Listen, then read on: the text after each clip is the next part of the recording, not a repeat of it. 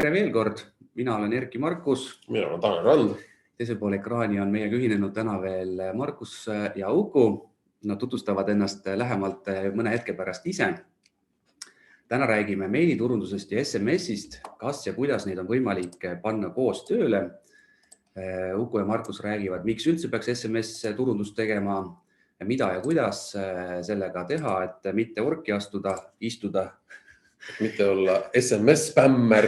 ja meie räägime, kuidas olla mitte e-maili spämmer. E-mail on vale. Meil, vabandust, eesti keeles on meil.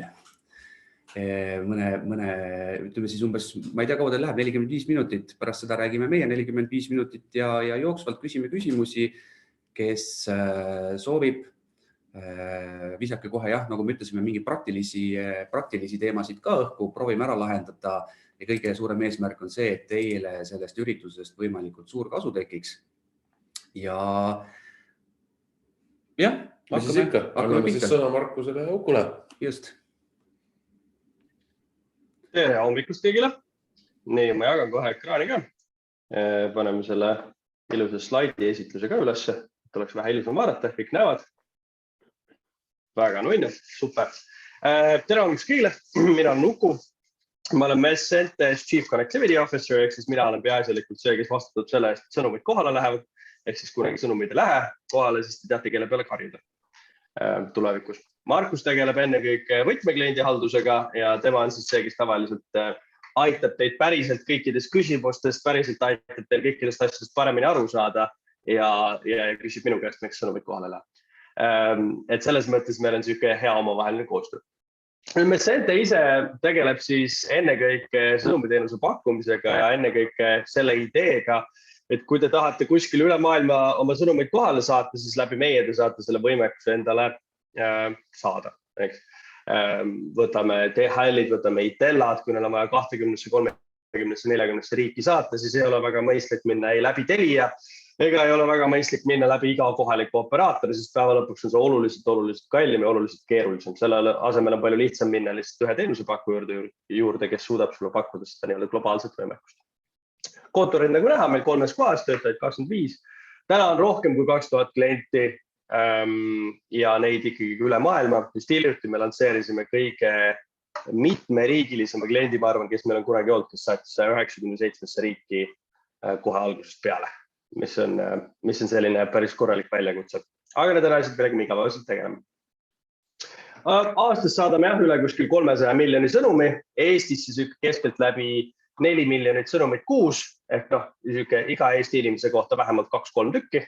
Ehk kui te kellelgi sõnumi saate, siis ma olen enam kui kindel, et kõik siin on vähemalt ühe korra Messentelt sõnumi saanud. Suure tõenäosusega ka see meie süü. Jah, see on meie süü. No tegelikult see ei ole meie süü, me ainult anname selle toru, millega ta saab saata. Ja seda siis ka üle 800 mobiilivõrgu üle maailma, kõigi nende pisikeste nüansside ja mitmekülgsustega, millest me tegelikult siis samm-sammult siin vaikselt nagu räägime.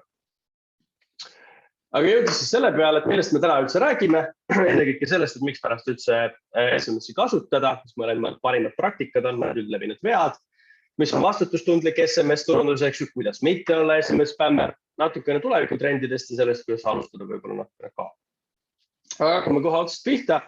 Miks siis SMS-turundus? Miks üldse SMS-i kui kanalit või üldse sõnumiteenust kui kanalit kasutada oma turunduse jaoks? Ennekõike kõige võib-olla olulisem asi, millest alustada, on reach, natukene vaadata asjadesse numbrite perspektiivist. Et maailmas on tänase seisuga üle 7 miljardi inimese, kuskil 5,4 miljardit täiskasvanud ja valdav enamus nendest on võimeline või vähemalt omavad mingil vormil mobiiltelefoni. Mobiiltelefoni omavate inimeste hulk peaks olema kuskil 4,6 miljardit, midagi taolist. Ja väga palju riike täna maailmas ongi mobile first, et nendel ei pruugigi olla üldse lauaarvutid, vaid neil ongi üks telefoni. See ongi võib-olla ainukene viis, kuidas täna nendega ühendust saada telefoni teel, kas siis nutitelefoniga või mõnedel on veel jätkuvalt ka nupuga telefoni. Ja SMS-i siis eelis ongi see, et kõigil, kellel on telefon, nendel ei jõuaka põhimõtteliselt SMS. Sellepärast, et SMS kui tööriist on üks väheseid telefonidesse nii-öelda juba sisse kodeeritud tööriistu, hardcode tööriistu, mida on võimalik kasutada, millega on võimalik inimeseni jõuda. Ainuke asi, mida sul vaja on, ilmselgelt siis on telefoninumber. Ja kohale jõudmiskiirus, eks ju, sõltuvalt siis maailma riikidest, me räägime siin 2-3 sekundist kuni võib-olla 15-20 sekundini sõltuvalt piirkonnast, ehk siis see kiirus tegelikult millega ta jõuab kohale on väga kiire. Miks pärast SMS-i kasutatakse kui tööriista näiteks mingite ajakriitiliste teavituste jaoks, PIN-koodide jaoks, mingite sisselogimise informatsioonide jaoks on ennekõike see, et kohale jõudmiskiirus on väga kiire, mis tagab sulle siis selle nii-öelda kohese võimaluse kliendiga kontakti saada. See omab ka turunduse koha pealt nii-öelda olulist rolli, et kui sa tahad ajastada oma kampaania mingile kindlale perioodile, mingile kindlale ajale, siis on hästi oluline, et need sõnumid jõuaksid kiiresti kohale, et sul oleks võimalik seda reach'i võimalikult kiiresti ära kasutada. Siin on küll nagu nüansse, et ütleme, et kui me saadame siin 300-400 000 kampaania Eestis välja, eks, et siis see tõenäosus, et kõik need 300 000 inimest 3 sekundiga sõnumi kätte saavad, on väga väike, sellepärast et nendel kõikidel vorudel, mille kaudu me tegelikult need sõnumeid saadame, need ühenduste kaudu, mille me sõnumeid saadame, nendel on kõigil oma teatud nagu nii-öelda piirangud peale, eks ju, mitu sõnumit sekundis saab saata. Aga mida suurem tegija sa oled, mida rohkem sul ühendusi on, mida tugevam su platvorm on, seda kiiremini, seda rohkem suudab need sõnumid kohale saada ja kiiremini saavad inimesed oma sõnumid kätte. Nüüd, reach on eks ju suur, kõik on mobiiltelefonid, saavad SMS-i kätte, saavad selle kätte sekunditega, aga see on ainult üks osa sellest, miks pärast turunduseks kasutada, et sa jõuad üldse inimesteni kohale. Hästi suur pluss SMS-i puhul on SMS-i open rate. SMS-i open rate täna on sükeste erinevate uuringute põhjal ikkagi üle 90% vähemalt, mõni ütleb 98, mõni ütleb 93, mõni ütleb 95. Üle 90 tavaliselt selleks open rate'iks loetakse, SMS-i open rate, mis on väga kõrge. Kui me ise selle peale mõtleme tavaliselt, kui me ikkagi nagu SMS-i saame, sõnumi saame, siis on väga suur tõenäosus, et me sellega lahti teeme. Ja see on üks nagu kõige suuremaid tugevusi läbi SMS-i. Ja kui sul on suur open rate, eks ju, siis sul on selle võrra suurem click rate ka. Mida rohkem inimesed sõnumi lahti teevad, eks ju, seda rohkem on tõenäosus, et nad päriselt ka klikivad selle peale, palju suurem tõenäosus, et nad päriselt sellega nii-öelda ka suhestuvad. SMS-i 160 tähemärki tagab ka selle, et need sõnumid, mida me saadame, on pigem siuksed lühikesed, pigem lakoonilised, mitte väga pikad, mis tähendab seda, et me ka ei võta inimese tähelepanu sõnumeid saates väga pikaks ajaks. Lühike tähelepanu aeg, üks kindel call to action, kas klikib või kliki. Et see sõnum on väga kiire, see sõnum on väga täpne, ta on lühike, ta jõuab inimeseni täpselt kohale, inimene teeb ta lahti ja siis ta kas reageerib või ei reageeri. Ja seeläbi, eks seda click rate on ka nii-öelda suur, open rate on suur ja see aitab väga palju teatud turundustegevustes kaasa. Ja tooks ühe asja ka siin veel välja, et tihtilugu on see, et SMS-i conversion time on kuskil 2-3 tundi, et sa saadad sõnumi välja, 90% inimestest klikivad või vastavad sellele 3 minuti jooksul ja tihtilugu, kui tuleb SMS turunduskampaania, siis need conversionid tulevad esimese 2-3 tunniga, kui e-mailiga võib sul paar päeva minna aega. Sellepärast, et kõik ei vaata oma inbox'e erinevaid koostöö nii tihti. Küll me pärast kuuleme sellest, kuidas me antud küsimuses eksime. Aga ennekõike tuleb silmast pidada seda, et SMS, eks ju, on ka, ütleme ka nii-öelda turunduse mõttes ka toetav tegevus. Et kuna see, sa saad üle 160 tähemärgi ka saada, sa võid 700-800 tähemärki ka saada, aga 700-800 tähemärki telefonis lugeda ühes nagu selles sõnumi threadis on suhteliselt ebamugav. Lisaks on see ka kallis, sellepärast, et iga üle 160 nii-öelda tähemärgi ületav piir, eks ju, on juba järgmine uus sõnum. Eks, ja kui see jälle üle 160 lähed, on jälle uus sõnum. Iga kord, kui on uus sõnum, on uus tasu selle sõnumi eest, eks. Et seeläbi see tegelikult suurendab päris palju nagu nii-öelda seda sõnumi maksumust või seda, kui palju see tegelikult võib.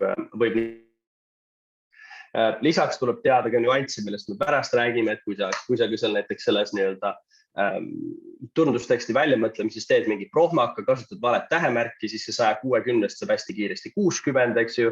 Ja kui sina arvasid, et sa saatsid 160 tähemärgiga kampaania välja, siis tegelikult sa lõpetad hoopis sellega, et sa saad 3 sõnumi jagu, mis 3-kordistab tegelikult seda kulu sulle. Et seal on mingeid asju, mida tuleb silmas pidada. Aga miks ennekõike nagu toetav tegevus ja siinkohal võib-olla on hea viidata meie tänase nii-öelda webinari sellele tunnuslausele, eks ju, et kas tegemist on konkurentide või hoopis nagu nii-öelda sünergias töötavate vahenditega, siis kindlasti on SMS ja meil, vähemalt minu perspektiivis, omavahel üksteist toetavad. Et meiligi sul on võimalik anda ikkagi inimestele oluliselt rohkem informatsiooni, sul on võimalik anda rohkem pilte, sul on võimalik teha seda nii-öelda info jagamist suuremalt, sul on võimalik info jagamist teha mitmekülgsemalt, kui sul on võimalik seda teha SMS-idel. SMS on ennekõike mõeldud sellise kiire, täpse ja nii-öelda konvertiba või siis nii-öelda inimesi klikkima paneva tegevuse toetamiseks ennekõike. Ta on kiire, täpne, väga võimas tööriist, aga tal on ka oma piirangud, eks ju, tulenevalt tema nii-öelda tehnilisest võimekusest, sellest, kas sa saad tegelikult seda teha nii nii-öelda mitmekülgsest, nii haaravaks, kui on võimalik. Ehk siis ajakriitilisusest ta jõuab kiiresti kohale, kõigil, kellel on telefon, nendeni ta jõuab kohale, tal on väga suur open rate, väga tugev click rate sellest tulenevalt ja ta on väga tugev toetamaks erinevaid turundusstrateegiaid, toomaks sisse erinevat mitmekülgsust inimesteni jõudmises, erineva info edasiandmistes ja nende asjade võimendamises. Parim praktika, mõned lihtsalt nagu näited selle jaoks, miks pärast tasub välja mõelda, kuidas seda sõnumit nii-öelda välja töötada. Ennekõike, mis on hästi oluline, on see, et me kasutaksime brändinguga saate nimest. See võimaldab siis selle asemel, et kui sa nüüd saadad kellelegi sõnumi, siis tavaliselt, kui sina saadad tavalise B2B sõnumi, ehk siis peer-to-peer sõnumi, siis seal üleval nii-öelda päises on sinu telefoninumber. Kui sul on bränditud saatja nimi, siis sellest tulenevalt seal päises ei ole mitte telefoninumber, vaid seal päises on näiteks Messenger või Smile või Itella või DHL, ükskõik keegi muu. See annab sulle selle võimaluse tuua natukene juurde sellist usaldatavust, sellepärast et selle jaoks, et omandada endale ikkagi see alfa saatja nimi, nagu seda kutsutakse, siis selle jaoks on vaja tavaliselt kas registreerida või siis minna läbi mingi kindla teenusepakkuja, kes võimaldab sulle seda teenust pakkuda. See annab natukene lisausaldusväärsust juurde ja võimaldab tuua ka oma brändi selle võrra rohkem nagu esile. Hästi lihtne. Nüüd olenevalt sellest, kus me maailmas elame, Eestis võtab see 5 minutit aega. Vietnamis võtab see 6 kuud aega. Ja nad tahavad saada su käest absoluutselt kõiki dokumente kaasa aetud su ema, venna, lellepoja sünnitunnistus. Et seal on ikkagi vaja kõike, mis selle jaoks vajalik on. Et see sõltub väga palju sellest, kus me parasjagu maailmas oleme selle jaoks, et mida teha, kuidas see täpsemalt võiks välja näha. Aga see on täpselt asi, millega meie siis aitame. Kuidas seda navigeerida, kuidas seda täpsemalt teha, millist ja kõige paremat praktika. Teine asi, loo personaliseeritud sisu. Personaliseerimine, ma usun, et on üks suuremaid märksõnu täna turunduses üldse, olenemata sellest, millises valdkonnas sa oled, et sa jõuaksid inimesteni ja tooksid neile sisu, mis ei ole ainult personaalne selles mõttes, et ees on nende eesnimi ja siis tuleb samasugune tekst, mis on kogu aeg olnud, vaid et see personaliseeritud sisu oleks ikkagi ka mitmekülgsem, see annaks neile rohkem võimalusi suhestuda sellega, millist informatsiooni neile saadetakse ja seeläbi ka hoida seda opt-in'i, mida sa raske vaevaga oled endale saanud, sellepärast, et opt-out'i võimalus tuleb sinna ka kaasa. Ja siin on ka võib-olla üks näide sellest, kuidas standardina seda nii-öelda üles ehitada või mis seal nagu sees võiks olla, eks ju, omandavaks selliseid lihtsamaid asju. Üks asi võib-olla, mille ma kõige rohkem tähelepanu toon kohe algusest peale on see, et nagu näha, siis pakkumise lingina on kasutatud Bitlit, tulenevalt SMS-i võimekusest, eks ju, tulenevalt asjaolust, et sul on 160 tähemärki, siis sa tahad, et see URL ei oleks selline, eks, sellepärast, et iga see URL-i täht, mis sa sisse paned, eks ju, on eraldi tähemärk. Aga Bitli kasutamine ka iseenesest võib tekitada mingil hetkel probleem. Bitli kui ka tihti spämmiks kasutatud vahend võib ka erinevate operaatorite puhul minna siis nende oma enda sisemistesse filtritesse. Et see on võib-olla üks nagu suuri erinevusi, mis tekib SMS-i puhul on see, et iga operaator maailmas kohaldab oma enda filtreid. Ja see tähendab ka seda, et kui sa saadad Vietnami või kui sa saadad Eestisse või kui sa saadad Brasiiliasse, siis saadad igast riiki erinevate reeglitega. Kaasa arvatud, kui sa saadad Eestisse või Lätisse, sa võid saata kergelt erinevate reeglitega, Eestisse Taani kergelt erinevate reeglitega. Ja sellest tulenevalt peadki väga hästi aru saama, mida sa võid kasutada, mida sa või kasutada, milliseid linke, milliseid nii-öelda süsteemi ja süsteemi osisid kasutada, selle jaoks, et see sisu oleks ühelt poolt personaalne, aga teiselt poolt läheks ka võimalikult hästi kohale.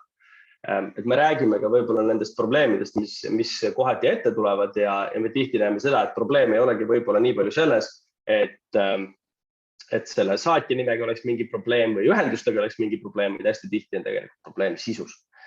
Sisu on kas siis liiga nagu spämmile läheneb või kasutab liiga palju liike või midagi muud. Kolmandaks muidugi ilmselgelt mõõda tulemusi. Ja mitte ainult mõõda tulemusi nüüd sellest perspektiivist, et kui hea sul see konversioon oli.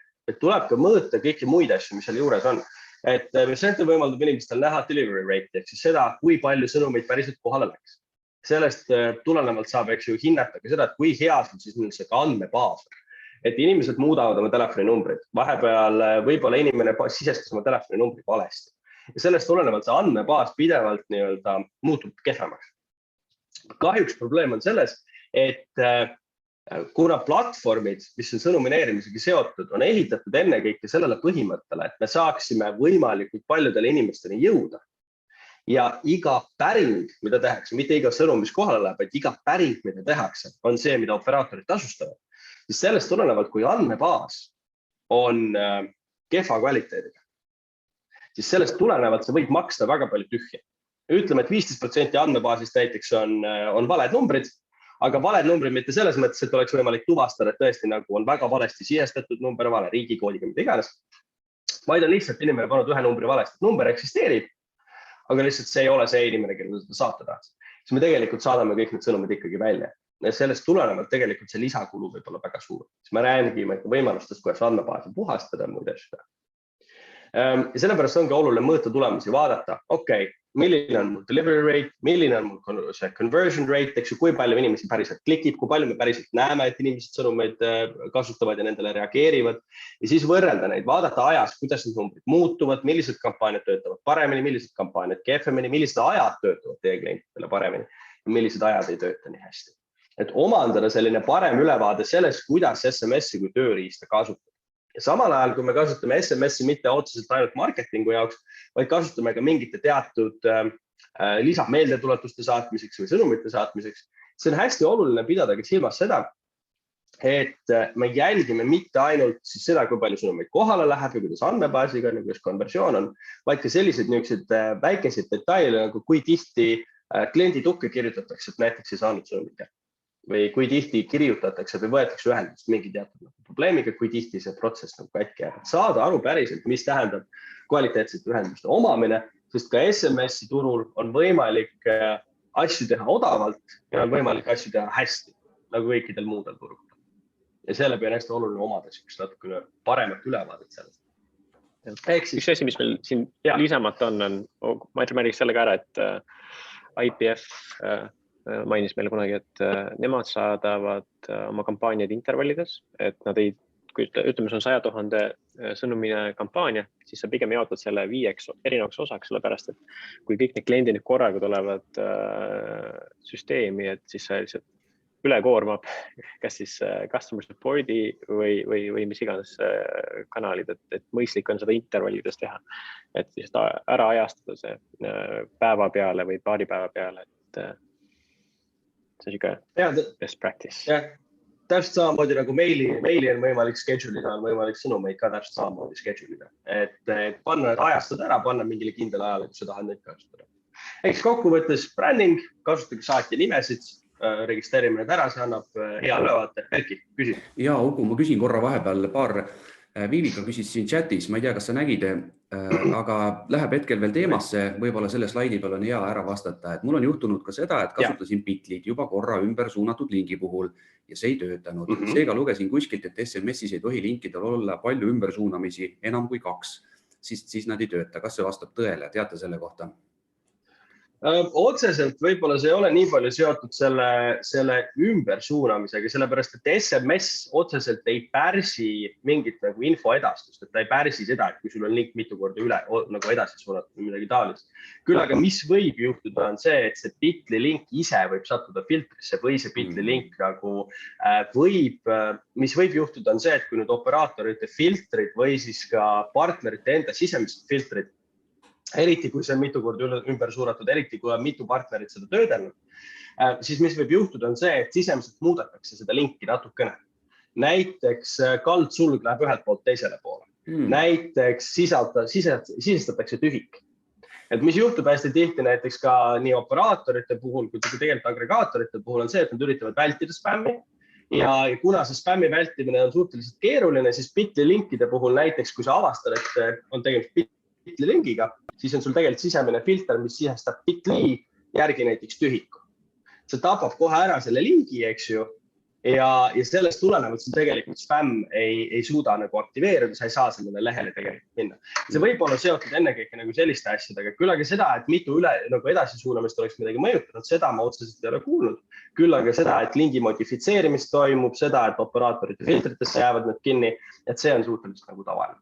Okay. Ma olen seda klientidelt kuulnud, et need lingid aeguvad selles mõttes, et neid samu linke taas kasutatakse teiste ettevõtete poolt. Ehk siis need suunatakse ümber. Ja parim viis selle vastu võidelda ongi siis luua personaliseeritud URL-id. Me oleme soovitanud näiteks rebrandlit, mis väga midagi maksa.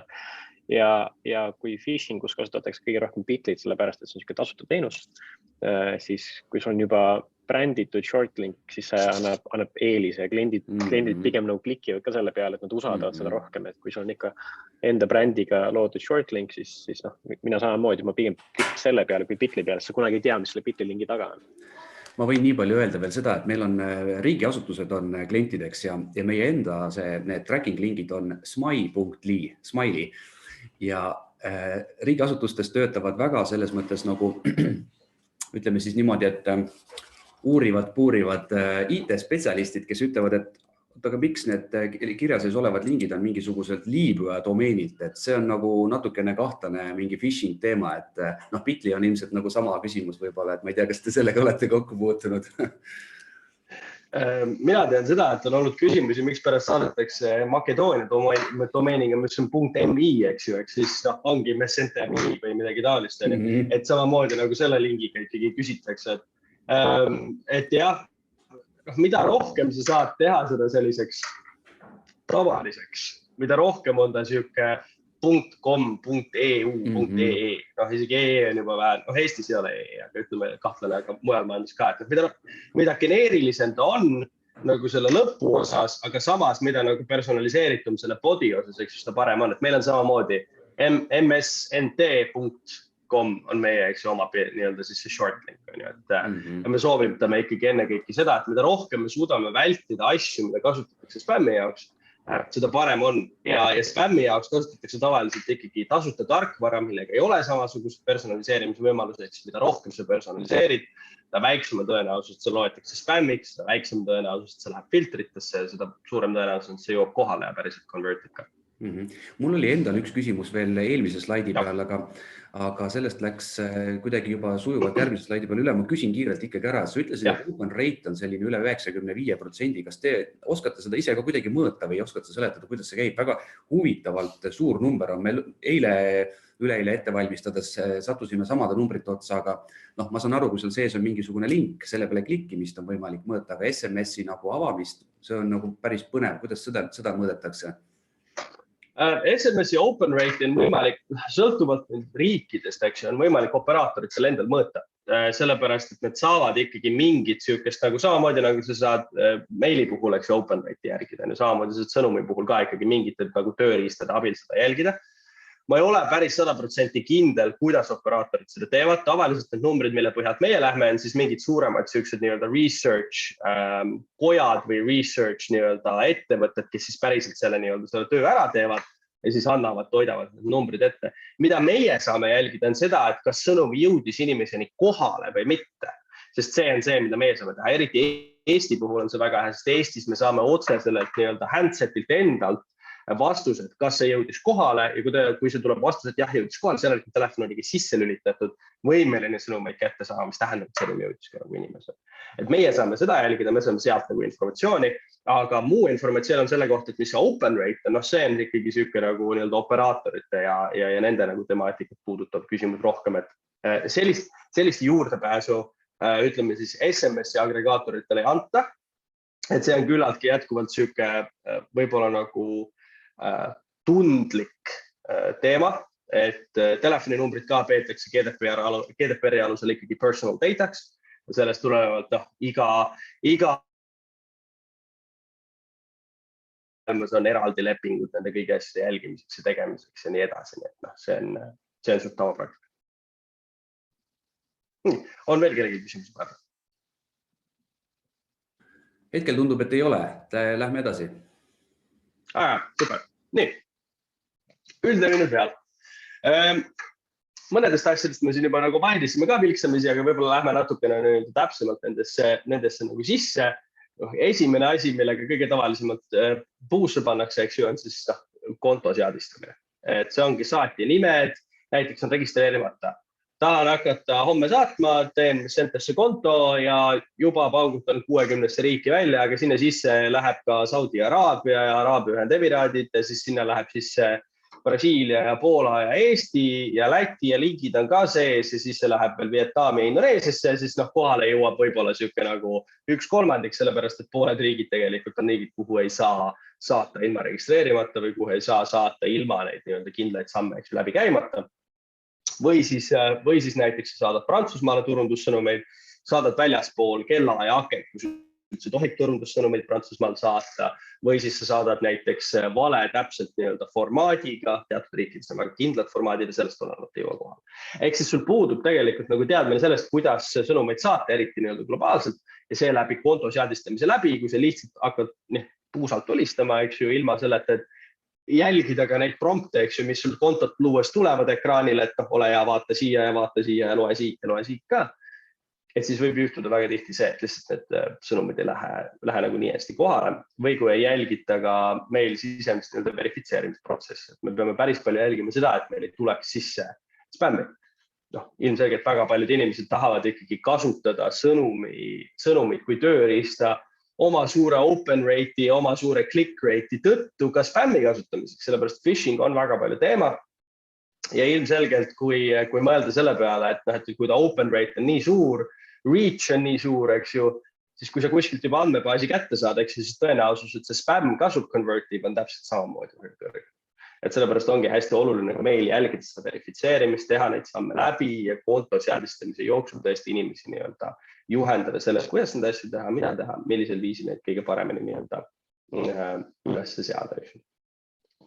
See on esimene viga, aga tavaliselt kõige suurem viga ikkagi ennekõike, mis tekib, on seotud sõnumi sisuga.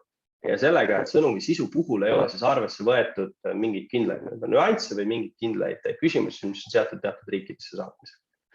Olgu need siis näiteks Prantsusmaa puhul, mäletaks selle nüüd alguses või lõpus, Markus, võib-olla sa mäletad täpsemalt, käib eraldi siis kindel sõna, mis peab olema iga asja ees.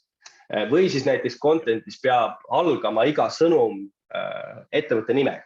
See peab algama sellega, olenemata sellest, kas sa saadad alfaga või saada alfaga, peab algama ettevõtte nimega, peab lõppema opt-out kas lingiga või opt-out numbriga või sa pead üldse turundussõnumeid saatma two-way'ga, ehk siis two-way tähendab seda, et sa mitte ei saada siis selle saatja nimega, sest saatja nimele vastata ei saa. Et kui sul tuleb saatja nimega saadetakse sõnum sisse, siis sellele täna tegelikult veel vastata ei saa. Kuigi käisin siin just eelmine nädal konverentsil, tuleb välja, et tehniliselt on võimalik, nii et võib-olla tulevikus operaatorid võimaldavad selle, et saab saatja nimega ja siis sellele vastata ka, mis oleks meile väga tore. Aga siis selleks.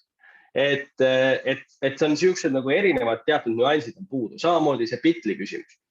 Et kukuvad need filtrisse, sellepärast ei ole võib-olla siukest personaalset linki. Ja sellest tulenevad väga suured probleemid. Ja neid on ennekõike seotud sellega, et kas sõnum jõuab kohale või sõnum ei jõua kohale. Sellest tulenevalt tuleb väga palju küsimusi sisse. Aga siis tekib veel omaette teine kiht asju, mis on mitte ainult seotud sellega, et kas sõnum jõuab kohale, vaid ka sellega, et kas sa maksad sõnumi eest nii palju, kui sa peaks sõnumi eest maksma. Hästi tavaline küsimus, mis juhtub, on see, et näiteks sa paned endal a la turundussõnumiks kokku, kasutad seal ka erinevaid Eesti tähti.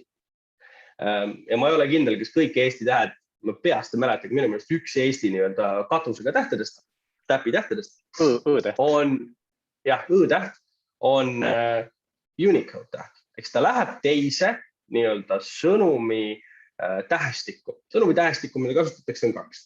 GSM tähestik, Unicode tähestik. Nüüd see oluline nüanss, et kas sa tead kumb ei ole nii palju oluline, aga võib-olla olulisem asi on see, et kui sa saadad GSM-is sõnumi, on see 160 tähemärki. Kui sa saadad Unicode'is sõnumi, on see 60 tähemärki. Miks see oluline on see, et kohe, kui sa paned oma sõnumisse sisse, sa teed, eks ju, oma ilusa 160 tähemärgilise marketingu sõnumi, aga paned sinna sisse, siis süsteem ja see nii-öelda protokoll, eks ju, SS7, kogu see sõnumineerimise alusprotokoll, loeb selle sõnumi kohe GSM-ist Unicode'i ja seeläbi teeb sinu 1 turundussõnumist 3 turundussõnumit. Ja seeläbi, kui sa arvad, et sa saadad näiteks 10 000 inimesele välja kampaania, mõtled, et näiteks 10 000 inimesele saatmise kampaania maksab a la 500 € näiteks, mõtled, et see on su kulu, see on su budget, 500 €, saadad 10 000 inimesele välja. Ja nüüd kogemata teed vea ja saadad selle asemel Unicode'is, siis see juba enam ei maksa 500 €, vaid see maksab 1500 €. Seepärast, et kohe 3-kordistab selle kulu. Sellepärast ongi, meil on ka näiteks siuke tööriist olemas nagu SMS kalkulaator, kuhu sa saad võtta selle sõnumi sisu, sa paned sinna eraldi sinna sisse ja see kalkulaator kontrollib, kas see sõnumi sisu, mis sina valmis kirjutasid, kas see vastab päriselt nagu õigetele reeglitele või peaks midagi nagu vahetama, midagi peaks ära muutma. Ka näiteks üks asi, mis võib juhtuda on, kui sa kasutad Macil Notes'i näiteks selle minu meelest või sa kasutad Pages'i, mis võib juhtuda. Macil on see, kui sa paned tab'iga selle tühiku, siis on teistsugune tühik ja sul võib-olla kuskil Exceli kopis on kõik jumala okei, aga kasutad vale tühikut ja sa otsid, et kus see viga on, kas see asi on centers või milles, et kasutades vale ja tekibki sisse nagu tühik näeb välja täpselt samasugune tühi auk on, aga tühiku kodeering on teistsugune ja sellest teisest kodeeringust tulenevalt ta muudab sõnumi automaatselt GSM-ist Unicode'ist, sellest tulenevalt maksab 3 korda rohkem. Et sellepärast ongi see, et miks pärast me selliste küsimuste puhul alati nõustame ettevõtteid nende sammude puhul, mida kasutada, mida silmas pidada. Kui sa ühe korra käid selle korralikult meiega läbi, me aitame täpselt need nüansid aru saada, siis sellest tulenevalt pärast tulevikus on oluliselt lihtsam ja oluliselt odavam neid asju teha. Et vastasel juhul meil on neid kliente tulnud sisse küll, kes on meie käest küsinud, et ma saatsin 10 000 kampaania välja, et miks pärast ma nagu 50 000 sõnumi eest näiteks maksan. Ja kahjuks juhtuski siis see, et sõnumi pikkus oli vale, kasutati vale karakteri kuskil sees ja sellest tulenevalt läks oluliselt pikemaks, oluliselt kulukama. Et see on sellised nüansid, mida kindlasti silmas pidada. Vana andmebaas, sellest ma korra rääkisin natukene põgusalt, ennekõike puudutab see selliseid küsimusi, kus näiteks, siin oli just ka sel samal konverentsil, kus meil käisin räägiti, et oli ettevõtte UK-s, kes otsustas välja saata esimest korda sõnumikampaania ja nad ei saanud aru, et miks pärast neil ainult 10% sõnumeid kohale jõudis. Probleem oli lihtsalt selles, et see andmebaas, mis nad olid kogunud, oli 15 aastat vana. 15 aastat vana numbribaas. Selle ajaga muutub nii palju. Inimesed muudavad numbreid, panevad numbreid kinni, tõstavad numbreid erinevate operaatorite pealt ühe peale, teise peale, tõstavad pidevalt üle, kogu aeg on maailm muutumises. Ja sellest tulenevalt need andmebaasid ka pidevalt vananevad.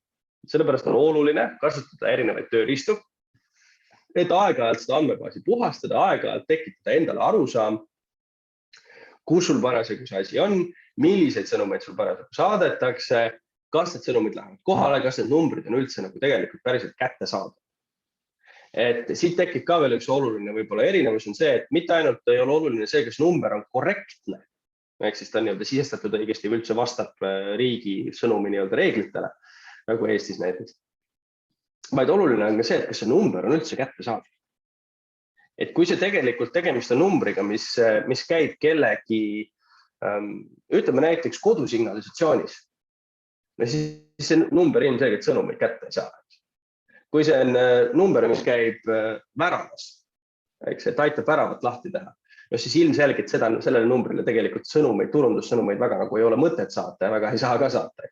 Aga selliseid asju on võimalik eelnevalt tuvastada, kasutada siis ka jällegi erinevaid tööriistu. Et numbri tuvastus või numbri kontrolli tööriistad on täiesti olemas, võimaldavaks siis andmebaasi puhastada. Käid korra üle, saad aru, mis see tegelikult toimumus on.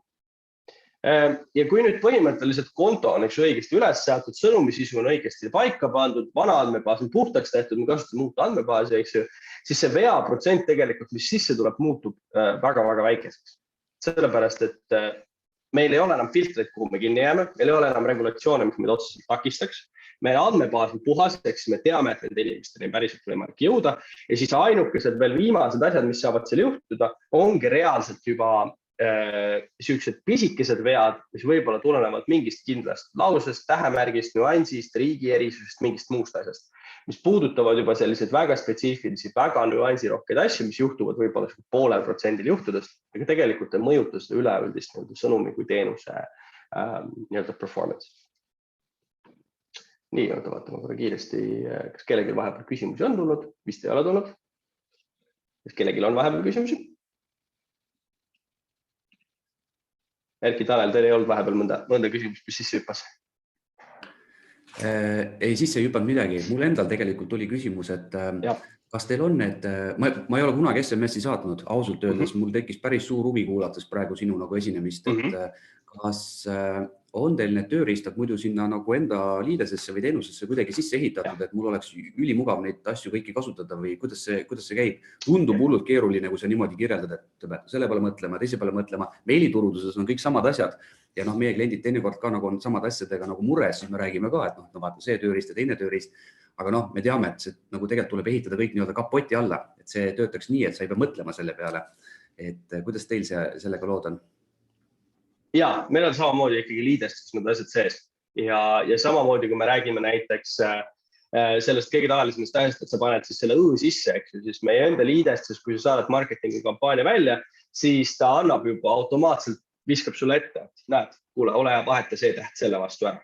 Auto replace on see, mida me sisemiselt kasutame, ta annab sulle kohe selle võimaluse, et ole hea, vaheta ära ja siis kõrvale ta näitab sulle ka selle, et millisel kujul see sõnum kohale läheb. Ja siis eraldi sa saad veel selle SMS kalkulaatori ja muude asjadega need üle käia. Numbri tuvastuse teenus on ka eraldi tööriist, mille sa saad endale võtta selle jaoks, et seda andmebaasi puhastada perioodiliselt. Selle maksumus on ka oluliselt väiksem. Kui SMS kalkulaator on tasuta tööriist, siis meil on ka tasuta numbrituvastustööriist ja siis meil on veel täpsem tasuline numbrituvastustööriist, mille rahaline kulu on ikkagi kuskil mingi 10–100 korda väiksem kui SMS-i enda kulu. Et põhimõtteliselt sa võid alati oma andmebaasi puhastada selle läbi ka, et sa saadad sõnumid välja ja siis vaatad, et mis kohale läinud, eks ju, aga see maksumus on oluliselt suurem, et numbrituvastuse teenuse kasutamine on oluliselt väiksem. Aga kas õ-täht on ainult see kurja juur või? Läti tähestikus on ju ka tohutult igasuguseid kriksatrulle ja... No just, küll on üleval all ja mis iganes naljakad märkes ja eedel ja aadel. GSM tähestik on põhimõtteliselt nagu siuke väga basic inglise keele, väga algeline inglise keele tähestik, et põhimõtteliselt nagu kõik asjad, kõik kirillitsa, kõik araabia tähestikud, kõik lisad, mingid teatud smailisid kasutad seal, pea nali. Kui sa kasutad mingid teatud nagu karaktereid, mingid sellised spetsiaalseid asju, eks ju, teatud valuuta, märgid, kõik sellised asjad. Okei. Ja teie teate selle kõike? Kukuvad Unicode'i alla. See on see kalkulaator. Ja, kalkulaator ongi selle peale üles ehitatud, et kontrollibki vastavust tegelikult selle sama tähestikuga, mis see õige peaks olema. Kui läheb sellest tähestikust välja, siis ta annab kohe märku, et näed, kuule, see täht on tähestikust väljas, kas kasuta seda või vaheta meil. Päris radikaalne selles. Meil on, kui läbi API saada, siis meil on siin auto replace tööriist ka, kus sa paned eelhäälestatud nimekirja sinna, sul on Poola, sul on Tšehhi, Hispaania, mis iganes tähestikud ja kui sa läbi API ka saadad, et siis ta vahetab need tähed välja. Ühesõnaga, kui sa meil kõik need listid olemas. Vöödiline köök, jah. Võõrliik. Aga jah, see Vivika räägib, et Poola tähestiku tähed teevad ka trikke. Aga üks küsimus tuli tegelikult veel, et kas see opt-out on kohustuslik ja kas see info on ka kuskil olemas, et millistes riikides näiteks opt-out kohustuslik on, sest et näiteks, et enamik Eesti reklaamijaid ju seda ei kasuta. Minagi saan, ma ei tea, mingi kaubamaja on, kust ma saan, mingi kauba, see on ilmselt Stockmann, kust tuleb kogu aeg sõnum sisse. Ma olen ilmselt isegi nagu otsinud kodulehekülje pealt üles klienditeeninduse meili aadressi, saatnud sinna kirja, et palun ärge saatke mulle enam SMS-e, aga ikka tulevad. Ma ei saa kuidagi nagu stoppi teha nii, nagu sa näitasid oma ekraani peal, et päris lihtne tundus. Markus, sa võib-olla võid opt-outidest täpsemalt rääkida, sa oled sellega rohkem puid ja ma ei teadanud. Ütleme jah, et mul üks selline hea näide, et Eestis võib-olla see nii laialt veel levinud ei ole, kuigi see on väga kohustuslik. Alustame sellest, et seda peab kliendile pakkuma. Taanis on see näiteks väga äärmiselt nõutud. Meil oli üks klient siin, kes kasutas sellist opt-out'i, et saada stop numbrile 1911 ja see ei töötanud, et kliendid saatsid stop SMS-i, nad ei saanud opt-out'i, järgmine hetk olid nad meie mõistes ERR-is uudistes, kus ajakirjanik siis rääkis, et üritas 3 korda opt-out'ida, ta ei saanud seda ja siis nende pea kohal oli 5 miljoni eurone trahv ja nad peaaegu keelati neil täielik turundustegevus, et mitte ainult SMS, aga email ja kõik teised kanalid ka. Et võib-olla Eestis ei ole veel need niimoodi jõudnud ja niimoodi trahvitud veel, aga see on samamoodi ikka õigusaktide tasandil nõutud. Kusjuures päris huvitav jutt on sul, et opt-out on väga kohustuslik, aga et see ei ole veel eriti levinud. Kui me meiliturundusest sama asja räägiksime, siis oleks päris halb. Oleks nagu homme pillid kotti pannud. Ja, et see on päris üllatav, et seda nagu ei utiliseeriti nii palju, kui tegelikult peaks kasutama. Aga see võib-olla tuleneb ka sellest, et ei jälgita võib-olla nii palju, kuna iga operaator ise peab ju jälgima seda ja see info tuleb tavaliselt ennekõike operaatorist, sest et kui sul tuleb sõnum sisse, sa ei kirjuta Messengerist, sa ei tea, et see tuleb Messengerist, sest et sa oled Telia võrgus. Sa kirjutad Teliale või sa kirjutad teenuse pakkujale. Ja siis seal võib tulla juba need käärid sisse, eks ju. Eestis, kui neid trahve tegelikult nagu ei kohaldata nii palju ja sellest võib-olla nii palju ei räägita, võib-olla ei olda ka nii agressiivsed need turundussõnumitega, siis selleks tulenevalt ei ole. Venemaal näiteks on 5000 euri per üks sõnum.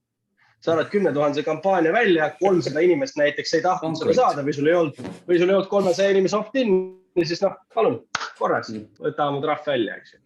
Ja samamoodi on ka riike, kus näiteks on turundussõnumid täielikult keelatud, nagu näiteks Saudi Araabia. See tohigi saata turundussõnumid üldse. Või sa võid saata, kui sa oled kohalik ettevõte, sa pead registreerima ennast kohalikuks ettevõtteks Saudi Araabias, endale sinna kontori tegema ja siis sa tohid saata turundussõnumid. Ainult mingite kindlate nagu reeglite järgi. Et ütleme, et enamasti ikkagi vajatakse, aga on ka riike, kus Kolumbia näiteks, laseb endaks. Lihtsalt tulist. Seal ei vaata keegi väga nagu midagi. Meil on klient, kes saadab 2 miljonit turundussõnumit kuus Kolumbias. Ja keegi ei küsi, ei vaata, lihtsalt lastakse rahulikult. Aga me näeme turgu hästi palju liikuma selle suunas, et ikkagi üha rohkem reguleeritakse neid sõnumeid, üha rohkem vaadatakse seda, et opt-out oleks olemas või opt-in oleks olemas esiteks ja siis opt-out'i võimalus oleks ka olemas. Ja kui me võtame nüüd nagu alternatiivsed sõnumineerimiskanalid, võta näiteks WhatsApp, WhatsAppi loogika on üldse see, et selle jaoks, et saaksid turundussõnumit saata, peab inimene sinuga ise enne ühendust võtma. Ehk siis inimene peab võtma sinuga ühendust ja siis sa tohid talle turundust nagu vastu saata, kui ta siis on opt-in'i ka veel lisaks andnud. Et tegelikult, et mida edasi teenused lähevad, seda rohkem hakatakse ikkagi reguleerima ja reglementeerima seda, kuidas need asju tehakse ja kui nagu raske see on ja halvimal juhul SMS-i puhul ongi see, et kui asi läheb trahviks või vaadatakse, et tahab trahvi poole see asi minna, siis need trahvid ikkagi kipuvad olema väga suured, sest SMS-i peetakse selliseks rohkem isiklikuks või rohkem selliseks riivamaks kommunikatsioonikanaliks, sellepärast, et ta on nii lähedal, ta open rate ongi nii suur, eks ju, telefoninumber on väga personaalne informatsioon ja siis sellest tulenevad ka, kui sa ei tee neid asju õigesti, siis need potentsiaalsed trahvid väga suured. Olenemata sellest, et Eestis väga ei kohaldu. Mul on ka üks küsimus. Kui meiliturunduses vaadatakse väga korralikult seda teemat, et kas sul on B2C või B2B ehk siis eraisikute meiliaadressid või ettevõtete, mida GDPR ei reguleeri. No ettevõtted omasid otseselt ei reguleeri, jah. Just, et aga kuidas nagu SMS-iga on, et võtan Kuidas sa kätte tead, ja... kellele see telefoninumber kuulub? Ei, no aga selles mõttes, et ma lähen nagu võtan, kui minu telefoninumber on ettevõtte all. Ja, kontaktina. Just, noh, siis on see, et panen nagu roboti nagu käima, tõmban nagu kõik ettevõtete kodulehtedelt endale nagu telefoninumbrid ja muudku aga nagu uhan. Mismoodi nagu GDPR-i seisukoha pealt nagu siin on lähtutud B2C ja B2B? Siin on pigem nagu võetud see stance, et Eestis meie ei tohi B2B sõnumeid üldse saata. Peer-to-peer ehk siis inimesed inimesele. Business to business. Business to business. Business to business sõnumeid ja business to consumer sõnumeid, eks ju. Seal põhimõtteliselt sõnumineerimises neid vaadatakse suhteliselt täpselt samamoodi. Et seal ei tehta nagu erisust nagu sisse, et kui sa verifitseerid, esiteks, kui sa saadad nagu sõnumeid, siis sa tahad saata neid ettevõtte saatja nimega või sa võid saata enda nagu nii-öelda numbriga, aga sa pead ise verifitseerima ja ise nagu lubama, et selle numbriga võib ettevõtte sõnumeid saata. Ja siis sa võid nagu ettevõtetele saata. Aga kui sa saadad, ütleme, et B2B sõnumeid, saadad ettevõtetele, sul on teise ettevõtte number, eks ju, loetakse täpselt samamoodi personaalseks informatsiooniks ja seal ei ole nagu vahet. Meil ei otseselt GDPR-i mõttes, et kui see on nagu ettevõtte number või on see isiklik number, väga palju nagu vahet ei ole, et reeglid on suht samad. Et sa saad, sul on näiteks, ma ei tea, sul ongi mõne Poola ettevõtte telefoninumber, sa tahad neile saata, siis seda telefoninumbrit, kui ta on siuke tavaline nii-öelda käsi nii-öelda telefoninumber, eks ju, tavaline nii-öelda käibe telefoninumber, seda peetakse ikkagi pigem nagu personaalseks telefoninumbriks, mis on inimesega seatud olemata sellest, kas ta kuulub ettevõttele või kuulub ettevõttele. Et siis loetakse ikkagi pigem nagu selleks ja loetakse need sama reeglid. Kuna number on tavaliselt mitte laua peal, vaid ikkagi ju nagu kellelgi taskus kaasas kogu aeg. No, aga mul on meil ka taskus. Ja, just siis see kehtib sama põhimõte, nagu on tanel.rand@smiley.com. Et kui ma ikkagi, sul ei ole mõtet saata pelletit ja raamatupidamispakkumisi, sest selles ettevõttes sa ei tegele selle nagu asjaga, et see ei ole nagu... aga vaata selles mõttes, kui hea nagu open rate. Kindlasti, ja sa ostad nii pelletit, kui tellid kohe raamatupidamist. Ja, et selles mõttes seal on aga sellised mingid nagu küsitavusi, aga tavaliselt sõnumite puhul lähtutakse pigem nagu sellest, et kõiki paanakse nagu sama puuga ja see puu on tavaliselt võetud selle järgi, et pigem nagu kangem. Ikka pigem nagu selle poole, et peab olema see, isegi kui on see ettevõtte number. Teine asi on see, et sul on väga raske tuvastada esiteks ettevõtte numbreid. Just. Ja neid nagu endale kokku kuskilt krabada, et neid nii-öelda telefoninumbreid ei ole. Kui ta on, siis ta on landline. Tavaliselt eks siis nii-öelda tavaline lauatelefoni number ja lauatelefoni numbrile see sõnumit saata ei saa SMS-i. Seal ütleb kohe järgi sulle, et tegemist on landline'iga, sinna saata ei saa. Lühinumbrile see ka ei pruugi alati saata sõnumeid saata, eks see sõltub sellest, kuidas lühinumber on teadistatud. Ja see viimane võimalus, mis sul jääb, on virtuaalne pikk number, mis on ka võimalus, eks mida kasutatakse, aga virtuaalsele pikale numbrile see samamoodi ei saa alati sõnumeid saata, kui see ei ole teadistatud. Et tavaliselt ettevõtted esiteks on väga keeruline saata ja kui sa oled võimeline saatma ja päriselt saadad, siis loetakse ikka sama reegliga, kui see B2C laseb. Okay. Ilmselt kehtib siis sama, et opt-out on kohustuslik, aga keegi ei nõua, siis ilmselt ka nagu sõnumi saatmisel tegelikult ei tohi saata, aga saadetakse ikka. Eestis vähemalt midagi ei juhtu. Veel. Võtad selle veel. Hästi nagu lihtne. Meil opt-out'iga päris hea lugu. Poolas võib-olla lugu, sa mäletad, üks laenupakkuja saatis SMS-turundused välja ja neil ei olnud opt-in'i. Ning siis see klient pöördus operaatori poole, minu arust oli Orange võib-olla see. Ja see Orange kirjutas meile ja nad olid väga kurjad. T-Mobile. Nad olid nagu väga kurjad. Et me pidime, klient pidi tõestama, et neil oli see opt-in olemas, muidu otsis neid nagu trahvi tees. Kui Air Baltic saadab sulle sõnumi, kus ei ole opt-out'i, mis on väga halva Google'i Translate'iga tehtud, siis kirjuta otse oma mobiilioperaatorile, et selline sõnum tuli ja sa ei ole väga rahul. Et palun võtke midagi ette, siis on nende mure, mida lahendada. Ja turu pannakse kinni, kui nad ära ei lahenda seda. Järgmine kord ma ei kirjuta Stockmanni, vaid kirjutan otse Teliasse. See on kus juures päris hea soovitus. Siis vaatad, kuidas 2 nädala pärast Stockmann pankrotti. Opt-out'id on kõik puudu. seal läheb selles mõttes see asi läheb päris toorelt, et meil T-Mobile ähvardas meid 20 000 eurose trahviga sellega, et nad panevad meid Poola kinni. Ja no Poola ei ole just nagu väga väike turg meie jaoks, sest me väga sest nagu ilma ei tahtnud jääda, siis meie järgmine lahendus on see, et selge, siis see ettevõte ei saada mitte ühtegi sõnavõttele. Et seal ei ole see nagu, et saada edasi, et lepi maa ajal kokku, et ei, siis läheb kinni. Et siis on nagu see, et siis on null tolerants selles mõttes päris tugev, kui see operaatoril kirjutab meile, ütleb, kuule, räägi oma kliendiga, muidu kui ei saa nüüd 24 tunni jooksul vastust või tule opt-in'i, eks ju, siis on jama, eks ju. Ja siis kui ei tule kiiresti vastust, siis meil on lihtsalt see, et mingi, et me ei ole kliendilt opt-in'i veel saada, me panime konto kinni, nad rohkem turundussõnumeid saata, ei saa üldse sõnumeid saata. Et seal peab olema ikkagi suhteliselt konkreetne, sest et ja kui tahta opt-out'i saada, siis minna enne operaatori juurde, sest operaator tuleb sealt ülevalt alla ikkagi oluliselt nagu raskema russikaga, kui see klient ise või see ettevõte ise, kes tegelikult need sõnumeid saatis. Okei, siin oli vahepeal üks küsimus selle õ-tähe kohta veel, millele ma võin ise vastata, et kui kasutada õ asemel seda O-d, mingi rõhumärgiga ühtepidi või teistpidi, et kas siis see on okei või läheb samasse Unicode kategooriasse.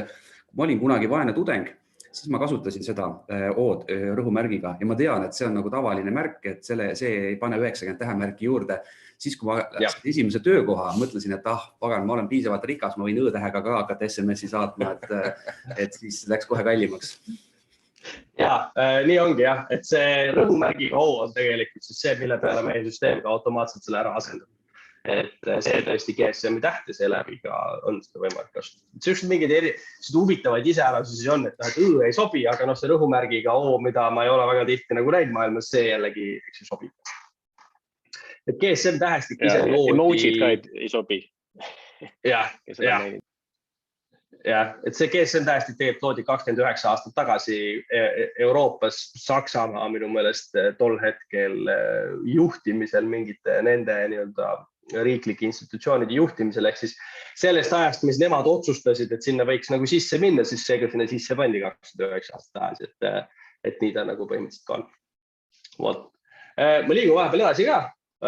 Vastutustundlik SMD-st turundus, sellest peale me jõudnud põhimõtteliselt juba väga palju nagu rääkida. Selle teema me tegelikult väga sujuvalt katsimegi ära, kõik, mis puudutab opt-out, kõik, mis puudutab riiklikke õigusakte, erisusi ja nii ongi. Jah, et sa pead olema ikkagi väga teadlik, pigem lähtuma sellest, et on turvaline olla ettevaatlik, eriti SMS-i puhul ja see on oluliselt lihtsam, kui et minna nagu teiste etpidi. Et siin puhul, mis ka võib juhtuda väga vabalt, on see, et kuna me räägime telefonioperaatoritest, kel on võimalik ise enda poolt sisu filtreerida, siis telefonioperaatorid ikkagi päeva lõpuks võivad ka otsustada ühel hetkel, et näiteks ütleme siin, ma ei tea, kes oleks hea näide. Näiteks Kaup24 saadab liiga palju spämmi. Kaup24 saadab väga palju sõnumeid, eks. Otsustavad ühel hetkel, nad saadavad spämmi, nende sõnumi sisu ei sobi, mitu korda nendega räägitud, mitu korda oleme meie rääkinud, oleme konto kinni pannud, sisu uuesti lahti teinud või nad on kasutanud mingid alternatiivsed lahendused kohale saata, siis ühel hetkel lihtsalt võib Telia kätte võtta ja Kaup24 kui sõna oma võrgus ära keelata. Ja nii ongi. Kaup24, aga selle saatja nimega ei saagi saata või Kaup24 sisus enam ei olegi võimalik saata üldse. Ja blokeerivad nii räigelt tegelikult selle ära ja on olemas ka selliseid turge, kus on olemas eraldi blacklist nimedest, tähtedest, mingitest fraasidest, mida ei võigi kasutada. Need võivad olla ka väga tihti poliitiliselt ajendatud küsimused, et poliitilist teatud tsensuuri SMS-i puhul rakendatakse ka. Brasiilias näiteks on päris pikk list mingid teatud organisatsioonide nimedest, mida ei tohi kasutada sõnumineerimise sisus ja mida ei tohi kasutada ka päises. Et seal on päris palju nagu erinevaid selliseid mingid nagu detaile, mis sellest tulenevad ja kui nüüd ikkagi seda turgu ise peedistada nii kõvasti ja ise panna sinna seda rõhku ja mitte jälgida neid reegleid, päeva lõpuks jõuad lihtsalt olukorda, kus su enda nimi läheb operaatori blacklisti ja kui see on operaatori blacklistis, siis ega sa väga seda enam kohale ei saa seda sõnumit. Et seda on võimalik mingid alternatiivkanaleid pidi kuidagi X-pidi teha, eks ju, aga see tõenäosus, et see kohal läheb, see tõenäosus, et see päriselt seda väärt on nii väike, et päeva lõpuks sul on lihtsam ja odavam jälgida neid reegleid, katsuda seda mängu nagu õigesti mängida ja seeläbi jõuda tegelikult nagu oluliselt parema lahendus. Tulevikutrendid, see on üks huvitavamaid teemasid just viimasel ajal on olnud, millega ma just eelmine nädal kõige rohkem kokku puutusin. konverents, kus ma käisin, siis puudutab telekommunikatsiooni ettevõtete katusorganisatsiooni, mis on Mobile Ecosystem Forum. Käisin seal, rääkimas natukene sellest, kuidas hästi suured tegijad tulevikku näevad ja mis nemad näevad. Üks peamine asi, mida nähakse just täna on multi-channeli ja omni-channeli muutuse vahe. Et multi-channel on näiteks see, et kui näiteks Messenger ja Smiley pannakse ettevõtted kokku ja siis sul on võimalik saata nii meile kui sõnumeid, aga need on eraldiseisvad kanalid. Nüüd omni-channel on see, kui sa kasutad neid koosmõjus.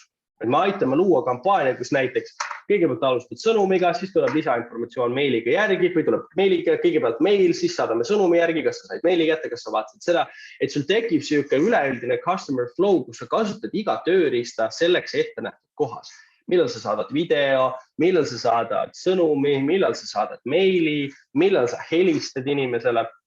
Et kõiki neid erinevaid platvorme kasutada koosmõjus, teha sellest ühtne kommunikatsiooni pakett, siis selle jaoks sellist nagu loogikat mõeldakse ka omnichanneli all. Täna nähakse seda, et ettevõtted liiguvad üha rohkem selle suunas, suured ettevõtted eriti proovivad üha rohkem erinevaid kanaleid pidi jõuda inimesteni ja luua kanalite vahel sihukest mingit kombinatsiooni, et omada võimalikult laia haaret selle jaoks, et seda kommunikatsiooni pakkuda.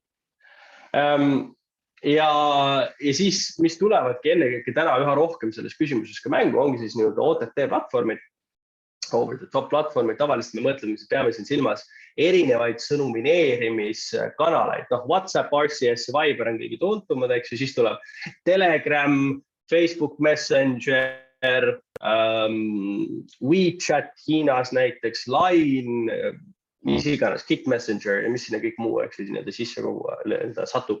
Et neid erinevaid platvorme on hästi palju, miks pärast räägitakse kõige rohkem WhatsAppist, RCSist ja Viberist, on sellepärast, et need on kõige suuremad. WhatsApp ilmselgelt kõik teavad, mis see on. WhatsAppi tänane kasutaja pagas loetakse 2,5 miljardi peale. Eks see tegelikult reach on juba päris suur. Aga WhatsAppi kõige suurem raskuspunkt on see, et teda on päris raske täna kasutada. Saada seda liidestust, saada see hinnestust paika, saada juurdepääs kõigidele nendele tööriistadele, siis turundussõnumeid on väga keeruline saata, sellepärast, et sul on vaja, et klient võtaks sinuga enne ühendust, enne kui üldse saatava turundussõnumeid saata. Et seal on hästi palju selliseid nüansse, selliseid kitsaskohti, mis teevad täna selle raskemaks. Ka teenusepakkujatel on väga keeruline WhatsAppi teenust pakkuda, teha seda viisile, kuidas seda oleks päriselt hea ja lihtne kasutada. Aga kuna see kasutus on pidevalt üles läheb, siis me näeme, et järgmiste aastate jooksul muutub see väga oluliseks ja väga tugevaks kanaliks. Mis on võib-olla veel huvitavam, on RCS, RCS ehk siis Rich Communication Services, väga vähe inimesi on sellest kuulnud, aga RCS tegelikult on põhimõtteliselt sama asi, mis SMS, töötab sama platvormi pealt, sama loogikaga, ainult selle vahega, et tal on selline WhatsAppi stiilis võimekus sees. Sa saad saata pilte, sa saad sellest teha vestluse, sa saad teha sihukese karusselli näiteks, kus sul tekibki, et inimesele tuleb valik ette ja sa saad järjest läbi kaartepidiselt erinevaid valikuid vaadata, sa saad erinevaid turunduspiilde näha, mingid muid asju. Põhimõtteliselt on see parem inbox, mis telefonis on, et see ei pea eraldi äppi selle jaoks tõmbama. Jah, täpselt. Aga kuigi ta ühelt poolt ei nõua seda, et sul peaks selle jaoks midagi erilist olema, et sul on võimalik seda niisama utiliseerida, see teeb selle lihtsamaks, siis seal on teatud miinused. Esiteks, see töötab ainult Androididega. Teiseks, see toimib ainult teatud piiratud riikides, kus see päriselt on toimima pandud, eks mingi 15 riiki, midagi taolist. Ja kolmandaks, sul peab olema ka uuem Android, et vanemate Androididega ta täpselt samamoodi toimib. See on ka samamoodi tööriist, mis on tulevikus omab üha rohkem sihukest kasutusvõimalust. Riikides nagu näiteks Suurbritannia ja Saksamaa kasutatakse seda täna juba rohkem. Suurbritannias nähakse 50% sihukest penetration. Ja, küsid. Ja, sorry, ma korra küsin vahele. Ma tahtsingi kusjuures selle Rich Communication Service'i kohta küsida, et kas need kuidagi, vaata Apple'il on ju mingi oma tehnoloogia, kas need omavahel ühel hetkel suhtlema ei hakka või? Loodetakse. See on kõige suurem pärssiv faktor täna RCS-is globaalsel mõjul ongi see, et Apple'isse RCS-i sõnumit saata ei saa. Kui seal tekiks nüüd see võimalus, et see ehitatakse sild vahel, et seda on võimalik teha, siis tegelikult RCS-il oleks väga suur võimalus minna kaugemale teha rohkem, aga kahjuks seda veel täna sellisel kujul ei ole. Kas see millal see tuleb, oli üks kõige suuremaid küsimusi seal konverentsil. Agressiivselt loodame praegu. mis agressiivselt ootame, loodame. Jah. Aga mis see teie jaoks tähendab, kuidas moodi tulevikus saab siis nii, et sa ehitad justkui nagu sõnumi ühes platvormis valmis ja vaatamata sellele, millist tehnoloogiat mina siin kasutan, see jõuab mulle kohale, kas siis WhatsAppi või üle RCS-i või mingi MMS-iga või kui nii-öelda back-up'ib siis SMS-iga, kui muud moodi ei tööta. Ja, mõte peakski olema selles, et sa põhimõtteliselt lood, üks asi, mis toodi seal konverentsil välja, on see, et RCS-i ROI on kuskil 4 korda kõrgem kui SMS-i. Et kuna lihtsalt see conversion rate on nii palju suurem, sest et ta on nii palju rohkem interactive. Eks sul on nii palju võimalik selle asju teha, sul on nii palju võimalik vastata, ta on nii palju nagu võimekam ja siis sellest tulenevalt tahetakse ikkagi seda väga palju kasutada. Et ütleme, et kui ainult 10% kogu su nagu kliendibaasist on võimeline RCS-i kasutama, eks ju, siis peaks ikkagi kasutama seda sellepärast, et nagu 10% sa teenid nii palju rohkem ja ülejäänud 90% saavad ikka SMS-i kätte. Ehk siis põhimõtteliselt luua see customer flow, kus SMS on niisugune igavene fallback, on ju, aga sinna vahele sa lood neid erinevaid kihte, eks. Sul on seal RCS vahel, sul on seal võib-olla WhatsApp vahel, võib-olla on Viber vahel, sõltuvalt sellest, mida inimene kasutab, eks. Sul on seal mail vahel, sellepärast, et sul on vaja seda ka ikkagi hoida erinevate kihtide, erineva informatsiooni jagamiseks. Et sa teed siis mitmekülgse platvormi, mitmekülgse flow, selle jaoks, et võimaldada hästi nagu lai kõlapind ja võimalikult suure nagu conversion rate'iga kõlapind läbi selle sõnumineerimise. Et me täna ehitame oma API ka ikkagi selle sama põhimõttega, et sul oleks võimalik kõiki neid fallback'e nagu kasutada. Täna sa võid kasutada RCS SMS-ile fallback'i või Viber SMS-ile fallback'i.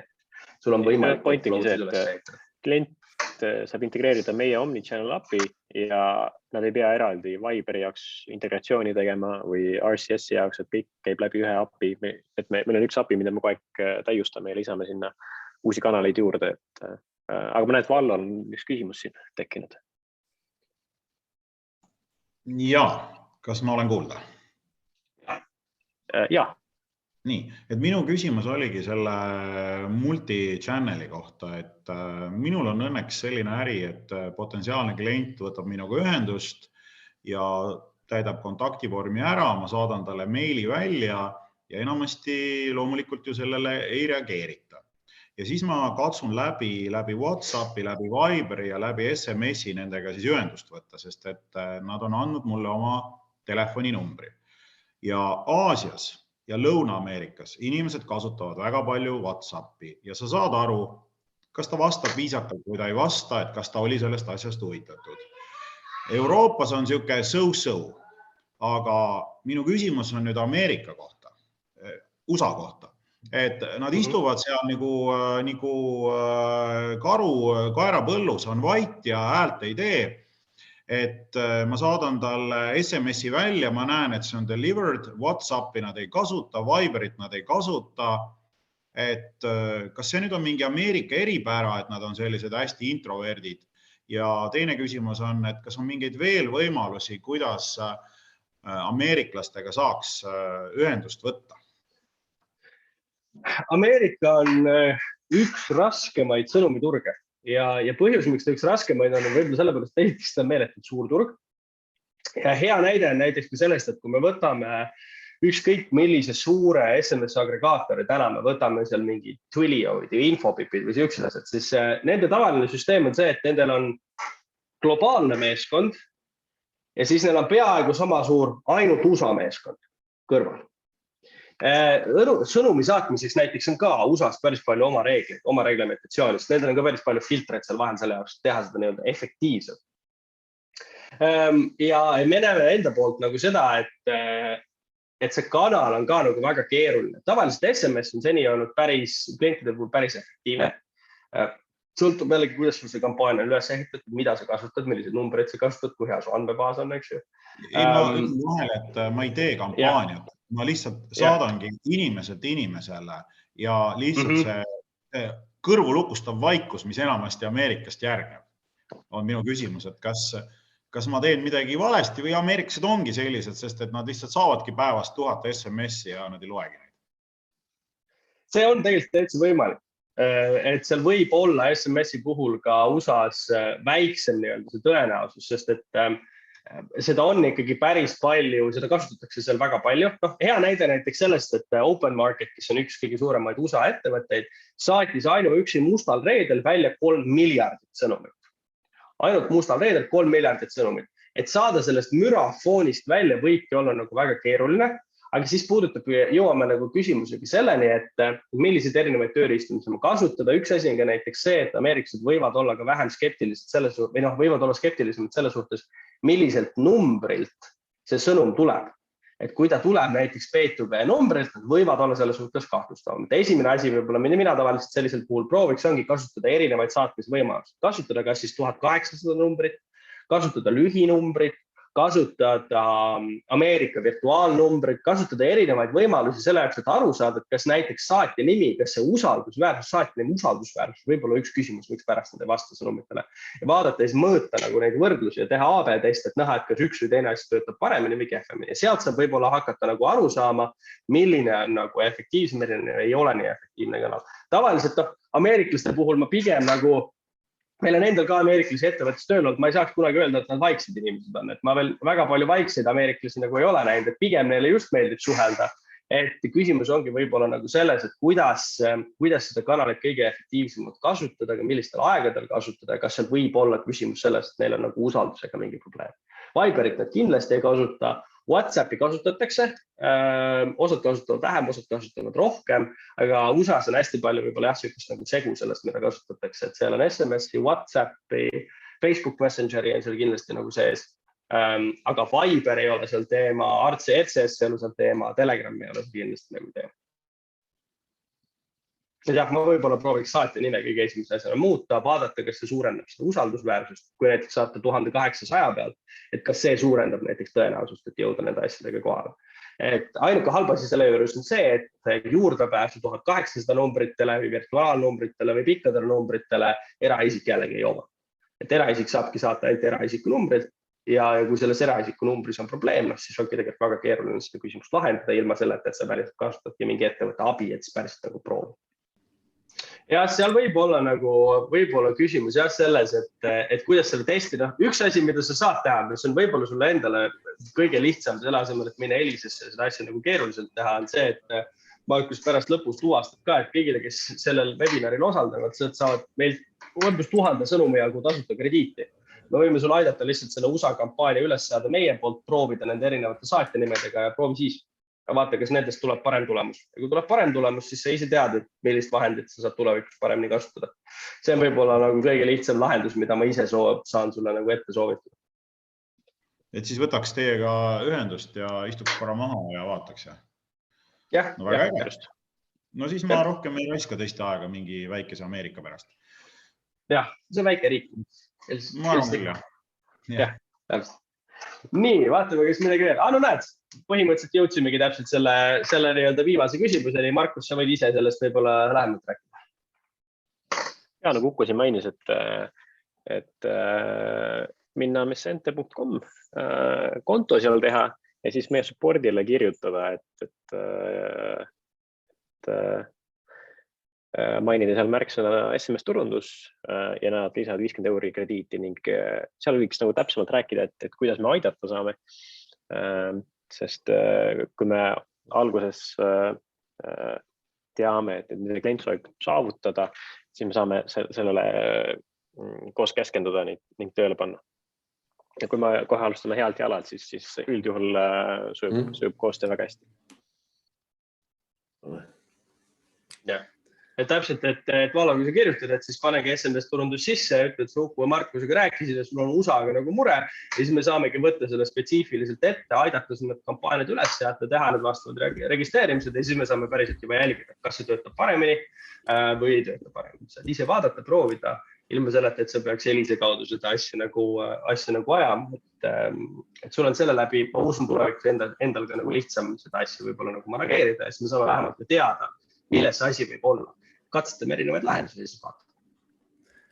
Suurepärane. Aga selles mõttes, et aitäh väga sisuka ja põneva ettekandest minu jaoks vähemalt oli küll palju uut just selles mõttes, et ma ei teadnudki, et SMS turundus on nii sarnane meiliturundusele, kus on täpselt sama filtrite probleem ja opt-out'i probleem ja meil on inbox providerid, teil on telkod, kellega tuleb kogu aeg võidelda ja kes omavad ikkagi üsna palju jõudu, kui nii võtta. Me oleme kunagi ise Deutsche Telekomiga või T-Mobile'iga ühel teisel teemal suhelnud ja see jõupositsioonilt suhtlemine on ikka täitsa hull, et meie siin Eesti SKP on umbes 3 korda väiksem kui T-Mobile'i nagu käive aastas, et meie oleme nagu käbid siin metsa kõrval. Aga see pani selles mõttes nagu tahtma seda, et ma kutid võtan ka teiega ise pärast ühendust ja me hakkamegi ise SMS-i saatma, et ma loodan, et see pakkumine, mis te tegite, on kõigile nagu abiks. Aga kui on veel kellelgi kiire küsimus, siis küsige või tegelikult kontaktid olid olemas, te saate ka pärast otse küsida, et me saadame hiljem ka nagu materjalid ja kontaktid ka järgi, et võib-olla lähme vaikselt edasi. Aga õnneks rääkisid tegelikult nii Uku ja Markus nagu 90% sellest ära, mida me tahtsime rääkida. Meil väga pikalt ei lähe. Jookseme lihtsalt oma slaidid ka siis kiirelt üle. Kui sa juba tehtud on. Jah, aitäh teile. Ühesõnaga, selles mõttes nii palju küll on, et paar slaidi lõpus on meil ka võib-olla selline väike üllatus, kui siin kuulajate hulgas on Smiley kasutajaid, et kes mõtlevad ka selle peale, kas ja kuidas oleks võimalik ühendada meiliturundus või SMS. Et me oleme selle peale päris palju mõelnud ka tänase webinari teema uurides oleme ikkagi nagu ka ise selles mõttes päris palju nagu põnevaid asju teada saanud ja ütleme nii, et kohe räägime, kas meiliturundus või SMS-turundus või äkki need kuidagi moodi täiendavad üksteist. Igal juhul meiliturundus selles mõttes, et nad siin hakkasid alguses juba plõksima mingil teemal, et neid ei loeta mitte kunagi. Siis küll jah, kui meil ei loeta, siis on jama. Aga paari sõnaga Smiley'st, kes on esimest korda, hüppame siit kiirelt läbi. Me oleme siis selline tarkvarateenuse pakkuja, mille vahendusel on võimalik saata ilusti disainitud uudiskirju. Kui SMS on lihtsalt üks tekst, mida ma saan ekraani peal lugeda, siis e-mail on ikkagi interaktiivne ja väga ilus ja ümarate nurkadega, välja arvatud Outlookis, kus ei tööta mitte midagi. Meil on circa 20 000 kasutajat üle maailma, enamus nendest on küll kahjuks Eestist, aga Eestis on meil ka arvestatav turuosa. Kõik suuremad teenusepakkujad saadavad meie kaudu. Saadame circa 150 miljonit kirja iga kuu ja meie kliendid teevad umbes selle aasta lõpuks 80 000 uudiskirja postitust saadavad siis nagu välja, et selle info põhjal me siis ka räägime. SMS-i meie kliendid täna meile teadaolevalt väga palju ei saada, aga on tuntud üsna palju nagu huvi selle teema vastu, et oodetavasti nüüd ka koostöös Messentega me hakkame mõtlema, mida nagu pakkuda ja kuidas moodi neid asju omavahel nagu ära integreerida, et kas ikkagi nagu saata rohkem meili või saata SMS-i või äkki saata koos või äkki neid saata kuidagi moodi koos. Nagu Uku ka ennist ütles, siis kui nii-öelda nagu SMS-i keskmine avamismäär on selline 90, 95 või kuni isegi 98%, siis uudiskirjal on see circa selline 20%, mis on parem kui muudel meediatel.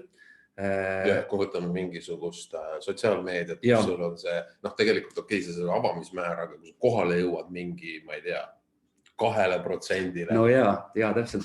Et selles mõttes nagu SMS ja meiliturundus või uudiskiri on nagu hästi sarnased meediad, need on nagu need nii-öelda owned media. Sa omad seda andmebaasi, millele sa saadad. Sa ei pea ostma iga kord nagu õigust selle kasutamiseks. Mõnes mõttes küll nagu pead, välja saatmine maksab ka midagi, aga sa ei pea nii-öelda nagu ostma kogu aeg tasulist reklaami selleks, et omale 50 000 Facebooki fännile jälle nagu üks kassi pilt üles panna.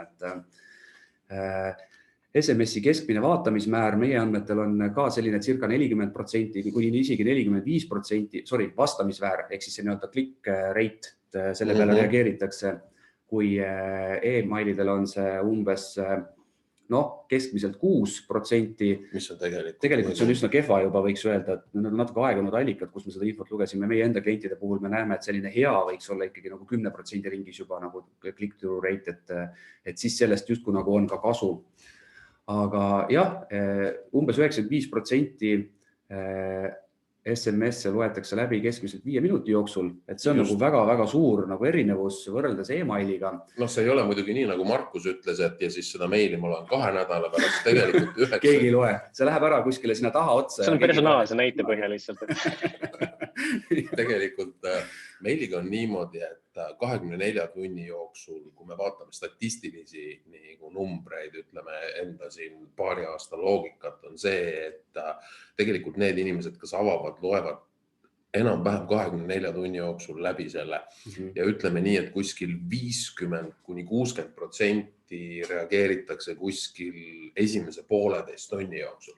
Jah, umbes nii, et põhitegevus tuleb sellise circa tunni 2 ehk siis 1,5 tunni jooksul, et pärast seda on nagu long tail, aga noh, et sellist nagu nii-öelda nagu urgency't või nagu põhimõtteliselt kohest tegevust nagu SMS-i puhul, mulle see asi hüppab ikkagi see ekraanile, ma tegelen sellega kas kohe või ma ei tegele sellega mitte kunagi, et sellist asja nagu meili puhul niimoodi otseselt ei ole.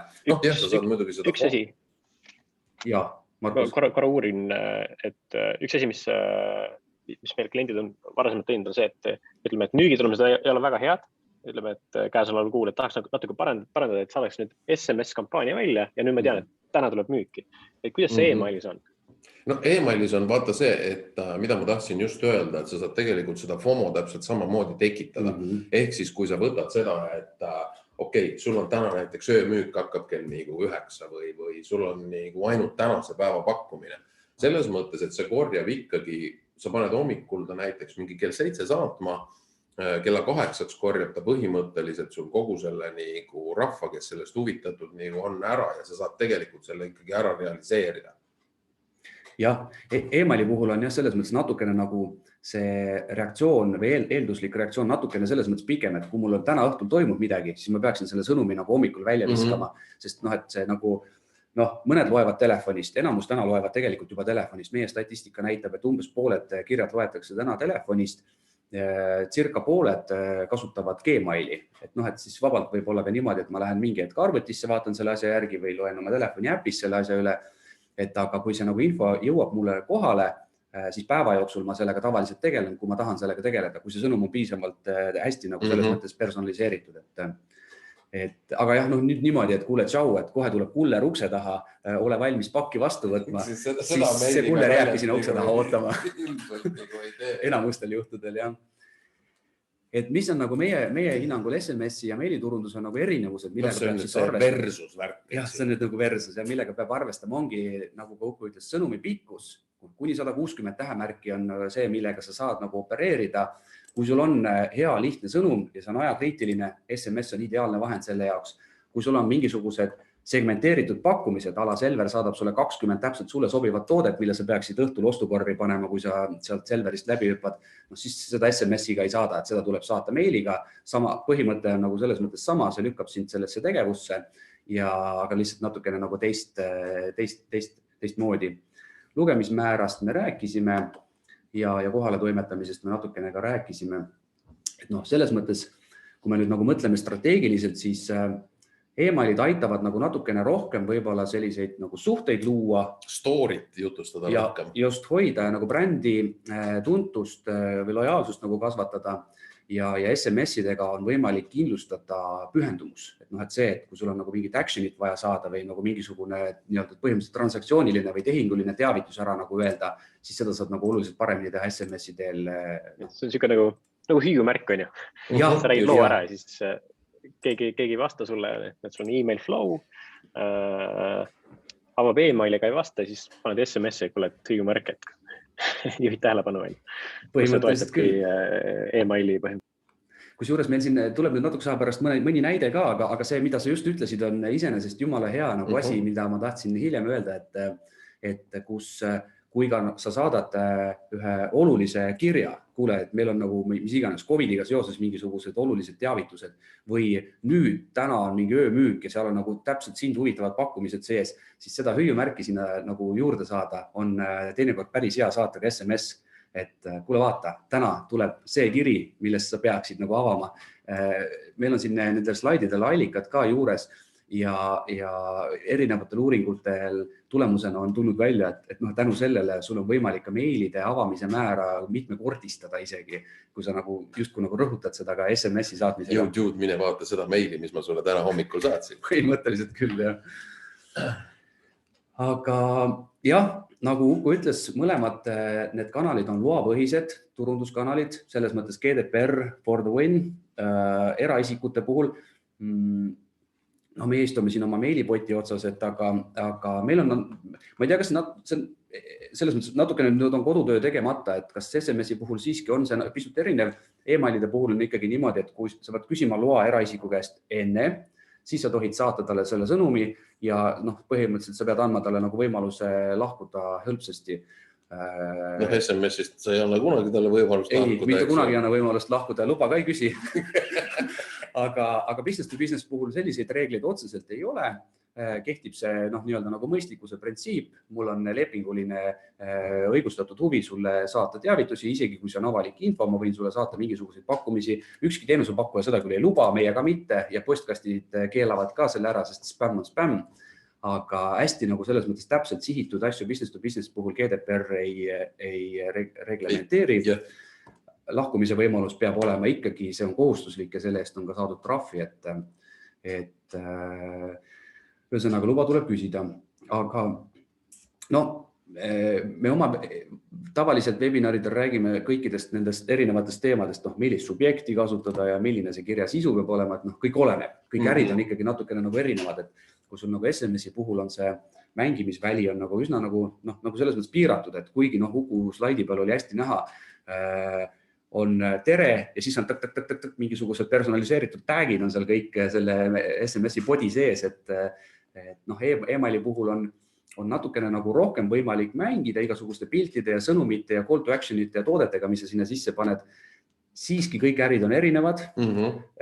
Mõnedel juhtudel sobivad hästi tekstilised kirjad, mõnedel juhtudel sa võid saata bännereid, sest et kõik inimesed loevad neid niikuinii sinu häid pakkumisi. Mõnedel juhtudel sa saadad ainult transaktsioonilisi teateid, kus on nagu ainult mingisugune info kirjas, et nüüd saatsime su paki teele.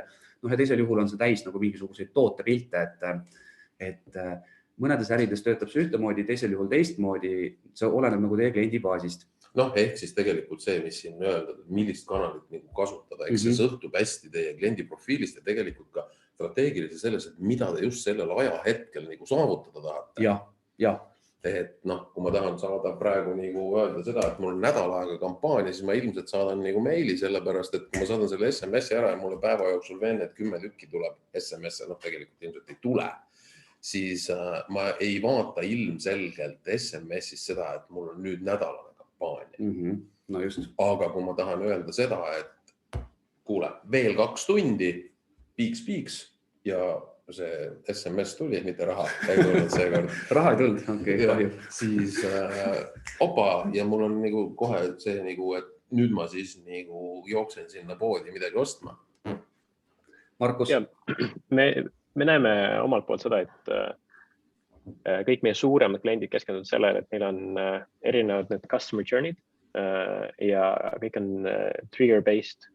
Et üldjuhul saadetakse e-maili esimesena ja siis tuleb SMS järgi või mõni 3. kanal.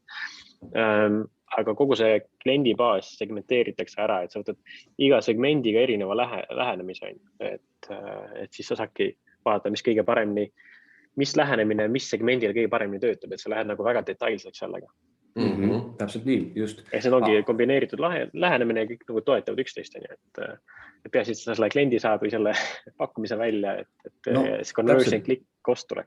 Mille jaoks me seda turundust teeme, kui ikkagi selle jaoks, et tuleks mingisugune tulemus, olgu see siis mingi konversioon, üritusele registreerimine, ost või veebilehe külastus, et kui sul on vaja saata reminderit, siis sa teed seda kasutades täpselt sellist kanalit nagu vaja. Aga nii SMS kui e-mail on selles mõttes tegelikult, nagu meie mõistes ikkagi kahesuunalised suhtluskanalid. Et kui mulle kirjutatakse, siis ma meili puhul tegelikult on päris palju ka näha seda, et kliendid vastavad selles mõttes, et sa tahad tegelikult saada mingit tagasisidet, mitte ainult seda, et jõud ära saada spämmi, vaid seda, et tegelikult teil oli ülihea klienditeenindus või kuulge, see asi sai otsa. Ehk siis ma saan sealt tegelikult anda kohe selle vastuse. aga öelge, kutid, kuidas teil on, enamus saatjaid on ikkagi nagu nimepõhised või meilide puhul on niimoodi, et kui ma saadan kirja, nagu ma ütlesin, umbes 60 või selline 50-60% postkasti inimesi kasutab Gmaili postkasti ja Gmail on ju kuningas selles mõttes, et ta õpib inimeste käitumisest ja vastavalt sellele otsustab, kuhu ta sinu kirja paneb. Kas ta jõuab inbox'i, läheb pakkumist alla või ei jõua üldse kohale. Et meie alati soovitame seda, et esiteks see, et see sõnum peab olema hästi sihitud. See tähendab, et inimestel on selle vastu suurem huvi. Sellest räägime kohe ka paaril järgmisel slaidil. Aga teiseks on see, et näidata Gmailile või tegelikult kõikidele teistele ka suurtele, et inimene suhtleb ikkagi nagu nii-öelda päris inimesega, et siis ärgita oma lugejate tegevusele seda kirja avama, linkidele klikkima, sõbrale edasi saatma, kui see on promotion'it all, aga see on piisavalt oluline, seda tõstma primary inbox'i ja selle interaktsiooni pealt Gmail õpib, et mida nagu nii-öelda passiivsemalt sinu kirjade peale reageeritakse, seda kaugemale see nagu keskmiselt hakkab minema. Mida rohkem reageeritakse, seda nagu kõrgemale see tõuseb, et see tähendab seda, et me alati ärgitame nagu emailiga midagi tegema, aga SMS-i puhul, kui sul on saatja nimi, siis tegelikult sa ei saa ju midagi teha. Sa saad stopp ainult saata mingile lühinumbrile või kuidas see nagu, kas see on nagu ka mingi teema? Meil nii tark süsteem ei ole, et Google meil eraldi ei rängi neid kirju, aga saati nimedega seoses on meil küll niimoodi, et me soovitame ettevõtetel kasutada oma ettevõtte nime või brändi nime, aga mida alati ei kuulata. Tehakse seda, mis parem töötab. Üks asi, mis väga hästi töötab, on see, et Hispaanias sa paned saati nimeks näiteks Maria. Tüüpiline. Ja siis saad sellise sõnumi Marialt, kus on ärgitab sind laenu võtma. Sa avad sellepärast, et Maria kirjutas sulle. Kas see nüüd nõme asi on, see nagu töötab, aga see võib peretüli tuua, no see laenu võtmine ilmselt, seda ei soovita, aga seda tehakse. Kiirlaenu võtad, võib niikuinii peretüli tuua. Aga kui sulle Maria raha saadab SMS-iga ja siis naine vaatab. Okei. No ikka mingi psühholoogiline teema on nagu sees, et inimest rohkem nagu avama. Et üritaks lihtsalt seda, et lihtsalt ava see SMS või ava see email, et see on juba pool võitu teatud juhul. Emailide puhul on see psühholoogia on selles mõttes ka nagu hästi oluline, et kui me mõtleme, et siin ennist käis nagu teema, et miks inimesed minu kirju või neid SMS-e ei ava ja miks nad endale ei vasta, siis kui mulle tuleb päevas ikkagi nagu tohutult seda infot sisse, ma tegelen ainult sellega, mille jaoks mul on parasjagu aega või kuhu nagu, mis minu jaoks on nagu prioriteetne. Et kui me räägime ka sellest, et sa pead hästi segmenteeritult või hästi täpselt sihitud sõnumeid saatma, olgu siis need SMS-id või emailid, see tähendab seda, et need kõnetavad mind rohkem ja tõenäosus, et ma selle peale kuidagi moodi reageerin, on oluliselt tänu sellele suurem. Minu aeg on ju ikkagi nagu väärtuslik, mul on 24 tundi päevas, millest 8, 6 ma kulutan magamise peale, ülejäänud 6 laste magama paneku peale ja siis mul on natukene nagu aega ka muid asju teha, et selles mõttes jah, peab see nagu sõnum olema hästi nagu täpne, aga ühest uuringust tuli veel välja selline huvitav asi, et circa 80-90% inimesi, kes on nagu ostnud mingisuguselt brändilt ja kes on saanud nagu sellel brändilt siis nagu neid nii-öelda nagu cross-channel sõnumeid, nii emaili, mis iganes SMS-i kuidagi moodi nagu hästi selles mõttes nagu loogiliselt üles ehitatult, siis nende käest küsiti hiljem tagasisidet, et kuidas te olete nagu rahul selle brändi kommunikatsiooniga, siis võrreldes nagu teistega, kellel ei ole see nagu hästi tehtud, oli see satisfaction rate oli kuni 23,48 korda kõrgem, oli selles uuringus, aga mulle ei meeldi sellised 0,48 numbrid, aga paarkümmend korda nagu suurem on see rahulolu, et mitte lihtsalt sulle paugutatakse kogu aeg SMS-i või mingisugust nii-öelda sihtimata spämmi emaili teel, vaid see on nagu läbimõeldud ja üks kanal toetab teist, siis see nagu rahulolu selle kommunikatsiooniga tänu sellele kasvab kümnetes kordades ja loodetavasti ka nagu muud tulemused. Aga Viivika hästi kommenteerib ka chatis vahepeal, et emailides tehakse ka sarnaseid trikke, näiteks kirjutatakse pealkirjale ette re:,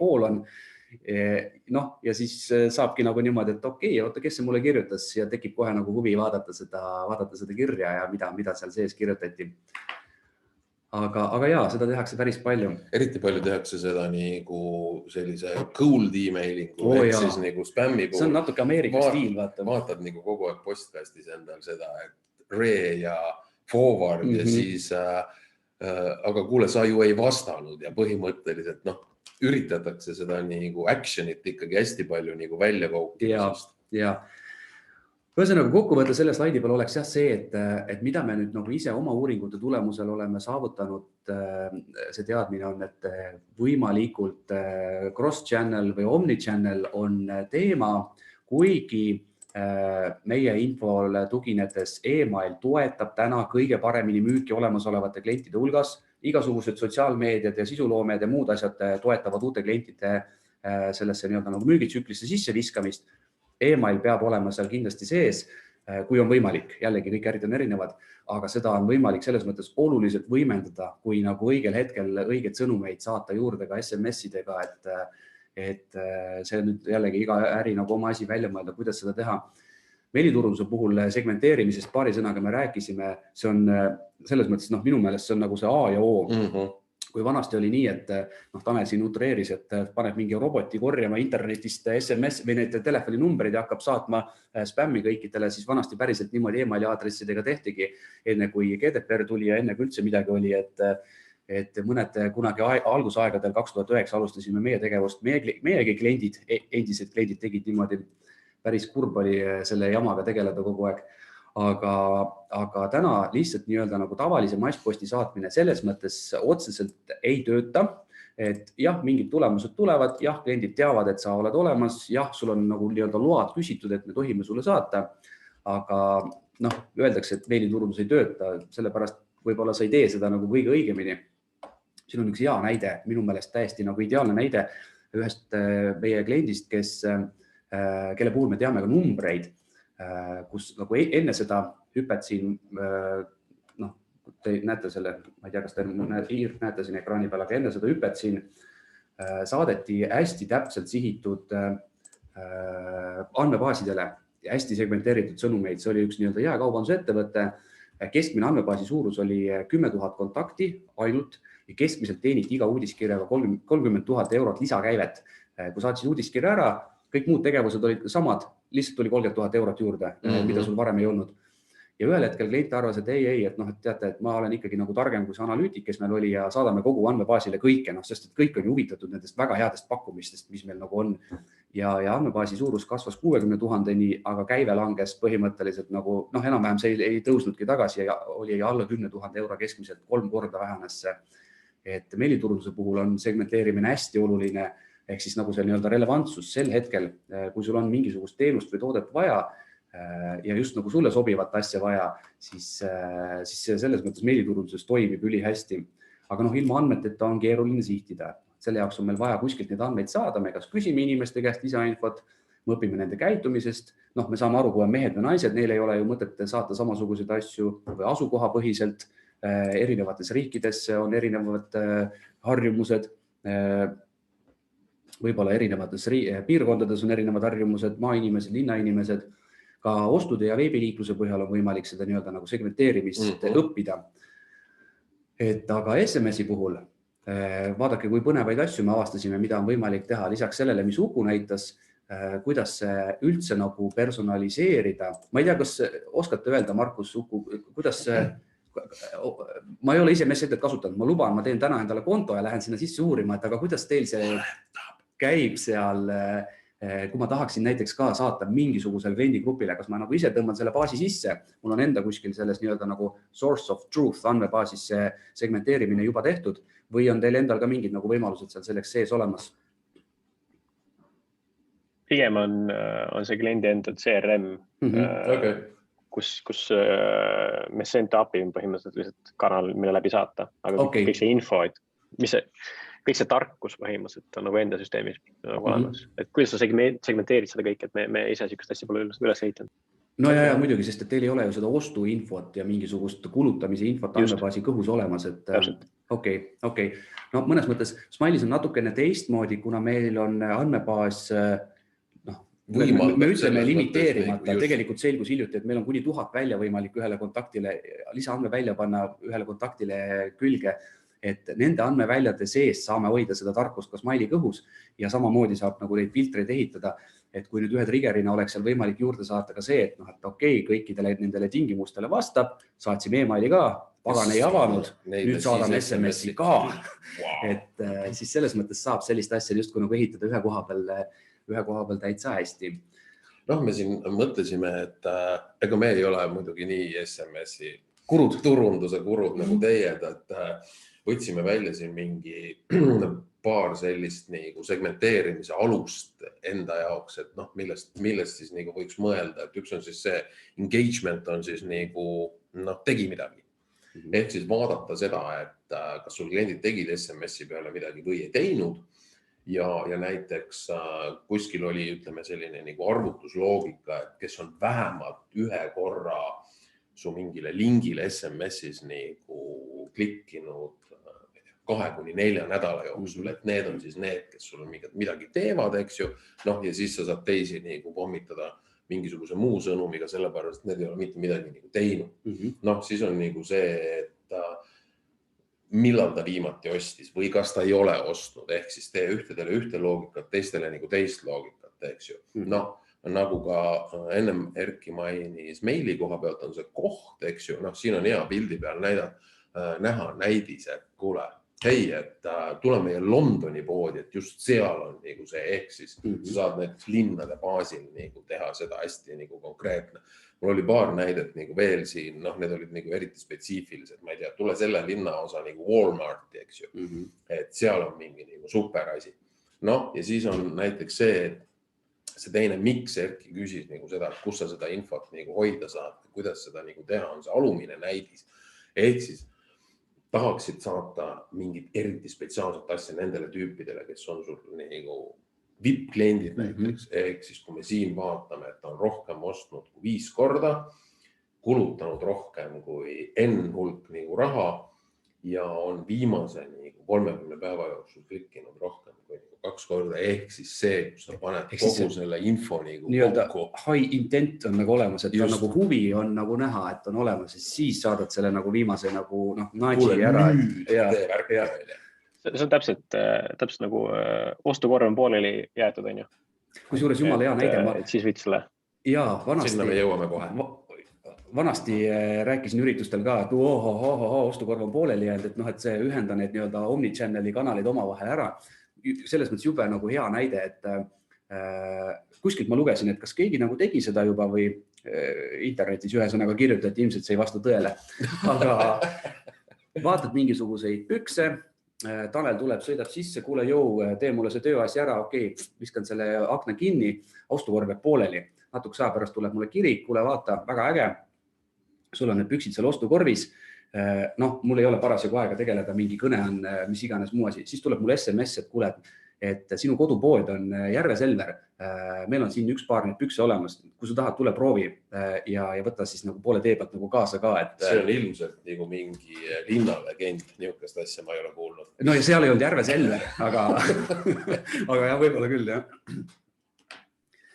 Tarbija seisukast on väga hea, et sa paned ostukorvis, sa hakkad aina paremaid pakkumisi saama. Siis ootad seda kõige viimast pakkumist. Tead, see on ka juba linnalegend, sest et seda räägitakse igal pool. Kõik ootavad seda 10% sooduskupongi, aga seda ei tule viimasel ajal. 30%. Esimene on 10, siis on 20 ja siis tuleb.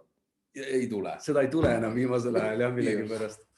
Aga remarketing, täpselt see sama. Meilide puhul me räägime, et nii-öelda nagu puhasta oma baasi. Sa saad panna tööle automaatika, mis teeb kogu aeg sellist nii-öelda nagu reaktiveerimist, küsib, et kuule, tšau, sa pole 6 kuud ühtegi mu kirja avanud või ma ei tea, X kuud ei ole ühtegi mu toodet ostnud. Hakkame jälle sõbraks. Ja kui on näha, et mingi paari meeldetuletuse peale ta üles ei järka, siis automaatselt viskame ta baasist minema, nii nagu Kuku näitas, hoiame andmebaasid puhtad, parandame tänu sellele oma kvaliteeti, vähendame oma kulusid ja mida iganes, reostame inimeste postkaste vähem selle sisuga, millest nad tegelikult huvitatud ei ole.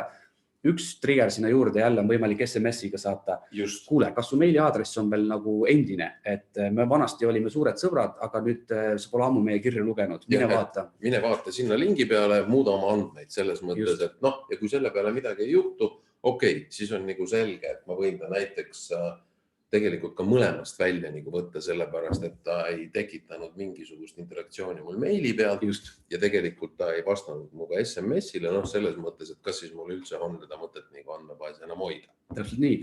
Meil oli kunagi üks klient või on endiselt, kes saadab vaikimisi välja e-arved ja siis, kui on näha, et keegi neid ei ava, siis läheb järgi ka paberarve automaatselt. Aga näed, kui hea võimalus on saata järgi ka kohe automaatselt SMS, kuule jõu, maksa arve ära või miks maksad radikaalselt.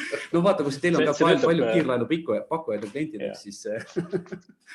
Meil väga hea näide on see, et meil Ferratum on ka kliendiks ja siis Horvaatias niimoodi, et kui sa jääd maksetega hiljaks, siis sa kohe nagu punases listis või mustas listis.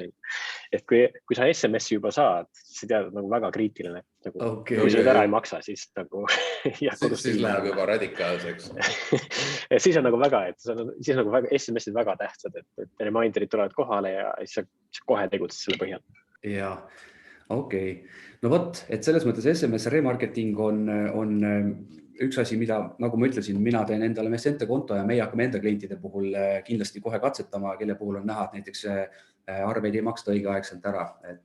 Et see on täitsa, mulle jällegi meeldib alati rääkida, et kui muidu see on nagu prioriteetsuse tasemelt, et nagu number 1 on abikaasaga silmast silma, number 2 võib-olla sõbraga räägid juttu, number 3 on SMS, vaata varasemalt ma olen öelnud ka, et SMS on, aga ei ole nagu üritust olnud, kus saaks sellel teemal ka natuke süvitsi rääkida ja seal on kohe e-mail ja selle all on kõik ülejäänud nagu kanalid, et ikkagi nagu urgency saavutad SMS-iga oluliselt kergem. Üks asi, mis meil klient nagu rääkis, on see, et ütleme, et sul ongi nagu inimesed võlgu. Üks variant on see, et sul kõnekeskusest supporti inimene helistab, et kuule, palun maksas ära. Aga nad ei võta vastu, siis nad ei tea, et kõne on tulemas. Teine on see, et kui nad võtavad vastu, siis nad sõimavad sind. See on nagu supportile ka nagu äärmiselt vastik ja nad ei taha seda teha.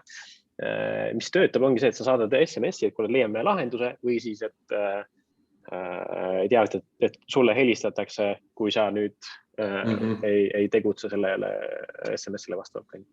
Okay. Et see teeb nagu selle supporti töö ka lihtsamaks, et sa